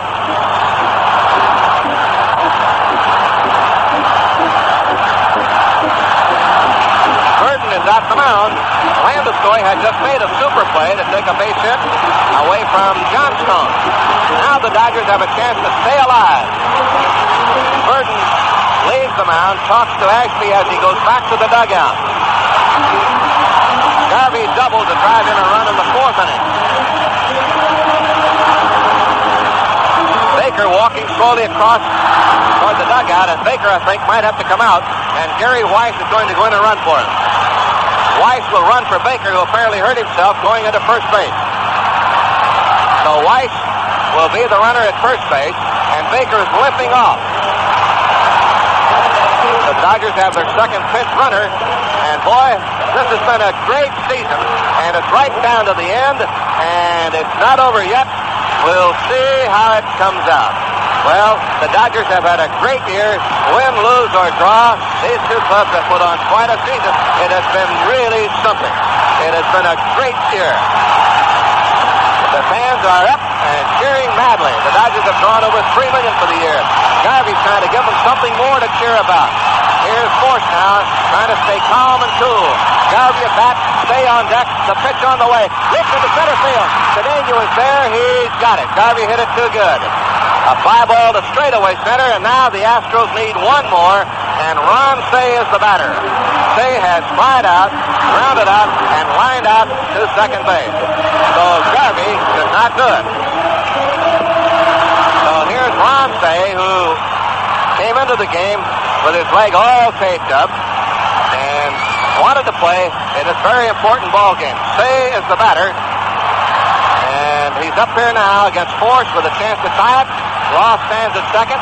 Weiss is at first base, and here we are with one more left. Here's Force now, ready to work on Cey. We're right down to the big one now. Ronnie takes the strike, 0-1. Good curveball from Force. They're waiting in the dugout on the first base side to drop up onto that field and pop out of there and swarm all over their players on the field. It is a 2-1 score, 2 outs, 1 strike to Cey. Tying run at second base, Rudy Law. Here's the stretch by Force. Here's the pitch on the way. Inside, ball 1, 1-1. And the tension continues. Tough. What a game. Force hanging tough. The Astros 2-1 lead. Okay, 1 ball, 1 strike. Here's the stretch to look and the pitch to Cey. Ground ball up the middle. Base hit. Here's Tim Paul. Around third. He will score. Tie game.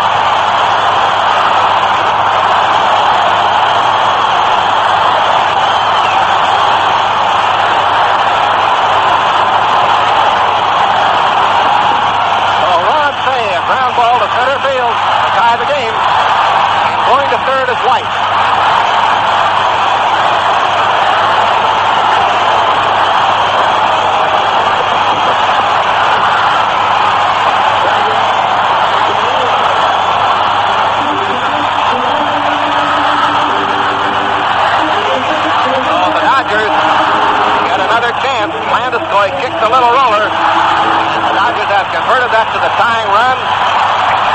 And here is Guerrero now trying to win it with a runner at first and third. The big run is the third in the person of Gary Weiss. Force all the way. Ron Cey's ground ball through the middle to tie it here in the ninth. Pitch to Guerrero. Ground ball to shortstop. We're going to have extra innings. Play goes to second base, and the ball game will go to the 10th. The Dodgers in the ninth get 1 run unearned on 2 hits and 1 mighty big error, and the season is not over yet. We'll go to the 10th in a moment with the score. Dodgers 2, the Astros 2. Get another chance. Landeskog kicks a little roller. The Dodgers have converted that to the tying run. And here is Guerrero now trying to win it with a runner at first and third. The big run is the third in the person of Gary Weiss. course, all the way. Ron Say's ground ball through the middle to tie it here in the ninth. Pitch to Guerrero. Ground ball to shortstop. We're going to have extra innings. Play goes to second base, and the ball game will go to the 10th. The Dodgers in the ninth get 1 run unearned on 2 hits and 1 mighty big error, and the season is not over yet. We'll go to the 10th in a moment with the score. Dodgers 2, the Astros 2.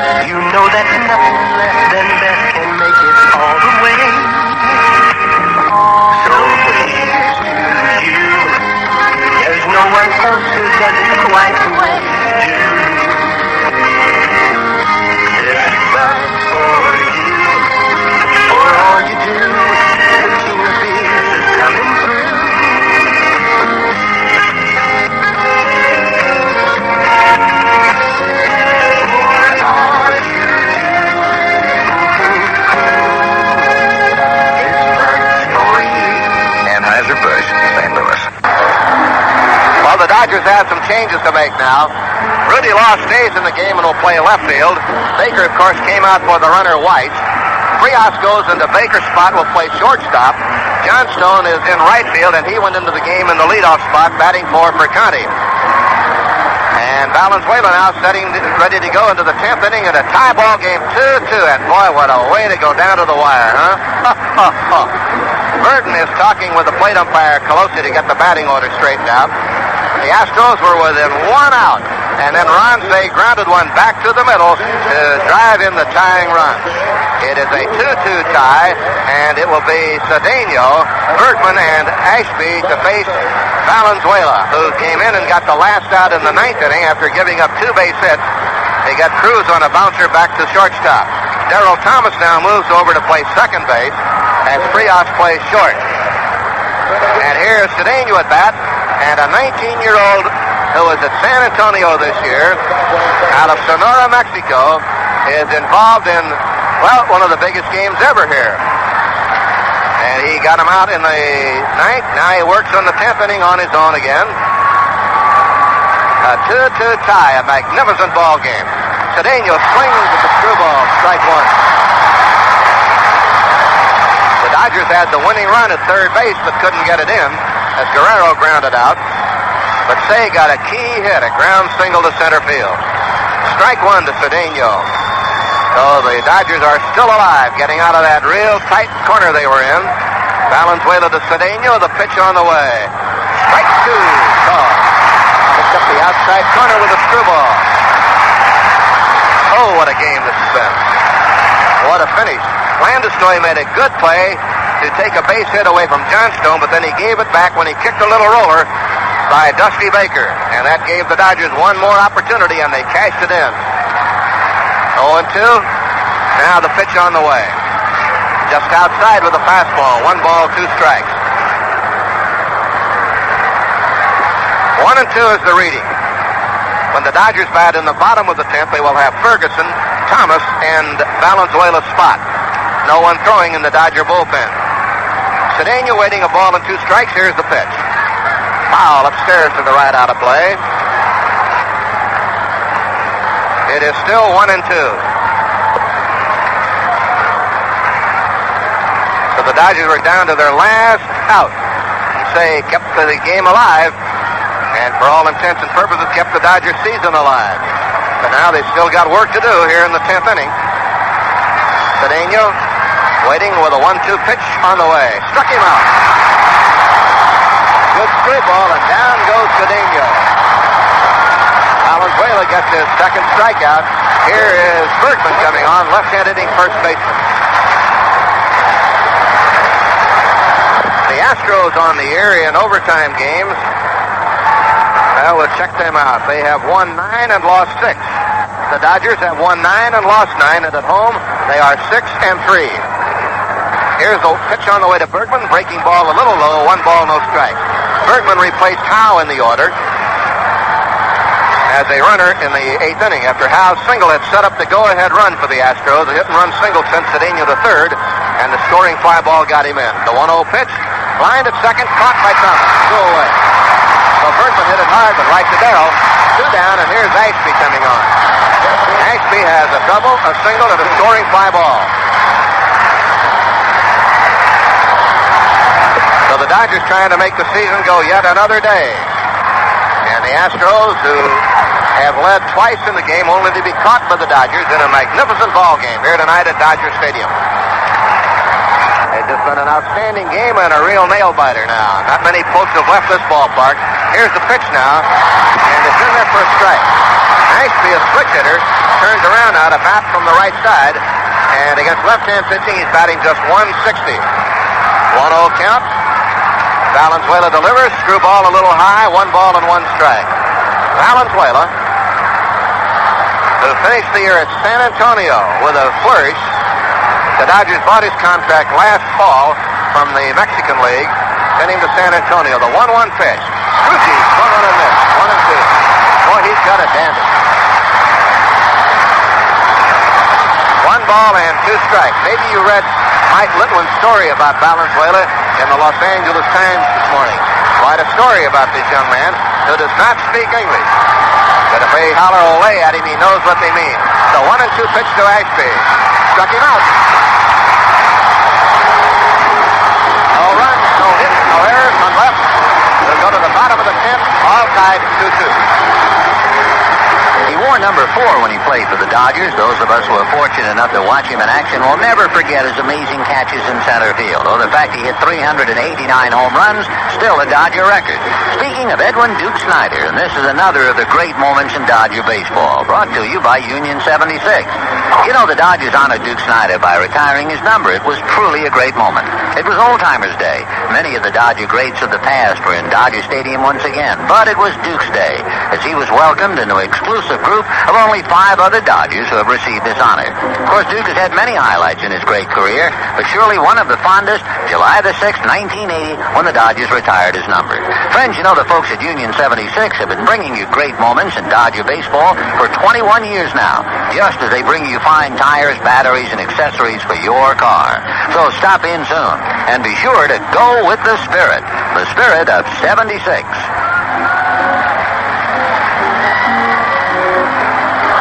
Well, we go to the bottom of the 10th inning, and Porsche is still here. Boy, has he pitched a gritty game. He's allowed 2 runs, 6 hits, 1 error by the Dodgers. 1 error by the Astros opened the door for the Dodgers in the 9th, and they cashed it in. Ferguson, Thomas, and Valenzuela to come up here now in the 10th inning. And here's Fergie coming on. He is 0 for 3. The Dodgers have activity in the bullpen now. Steve Howe going down there. And we imagine Castillo's alongside him. We can't see.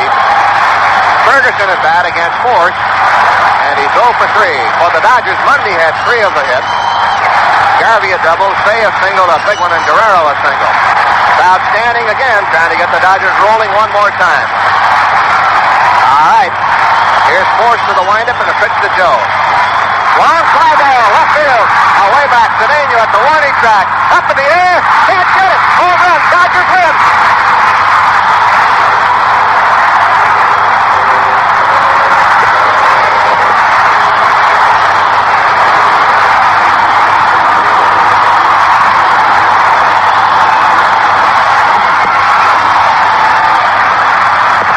They're beating him to death.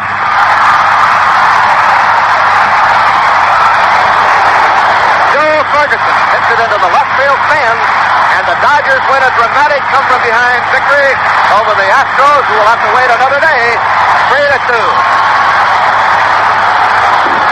They're going crazy at Dodger Stadium.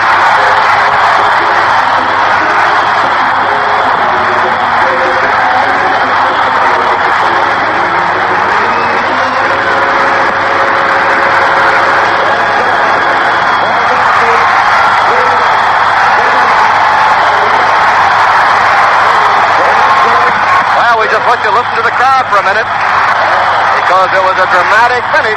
Joe Ferguson drove one over the 385 sign. Cedeno went as far as he could, leaped up in the air, came down empty, and the Dodgers have beaten the Astros by a score of 3-2. The totals on the game for the Dodgers in winning: 3 runs, 7 hits, 1 error. For the Astros, 2 runs, 9 hits, 1 error.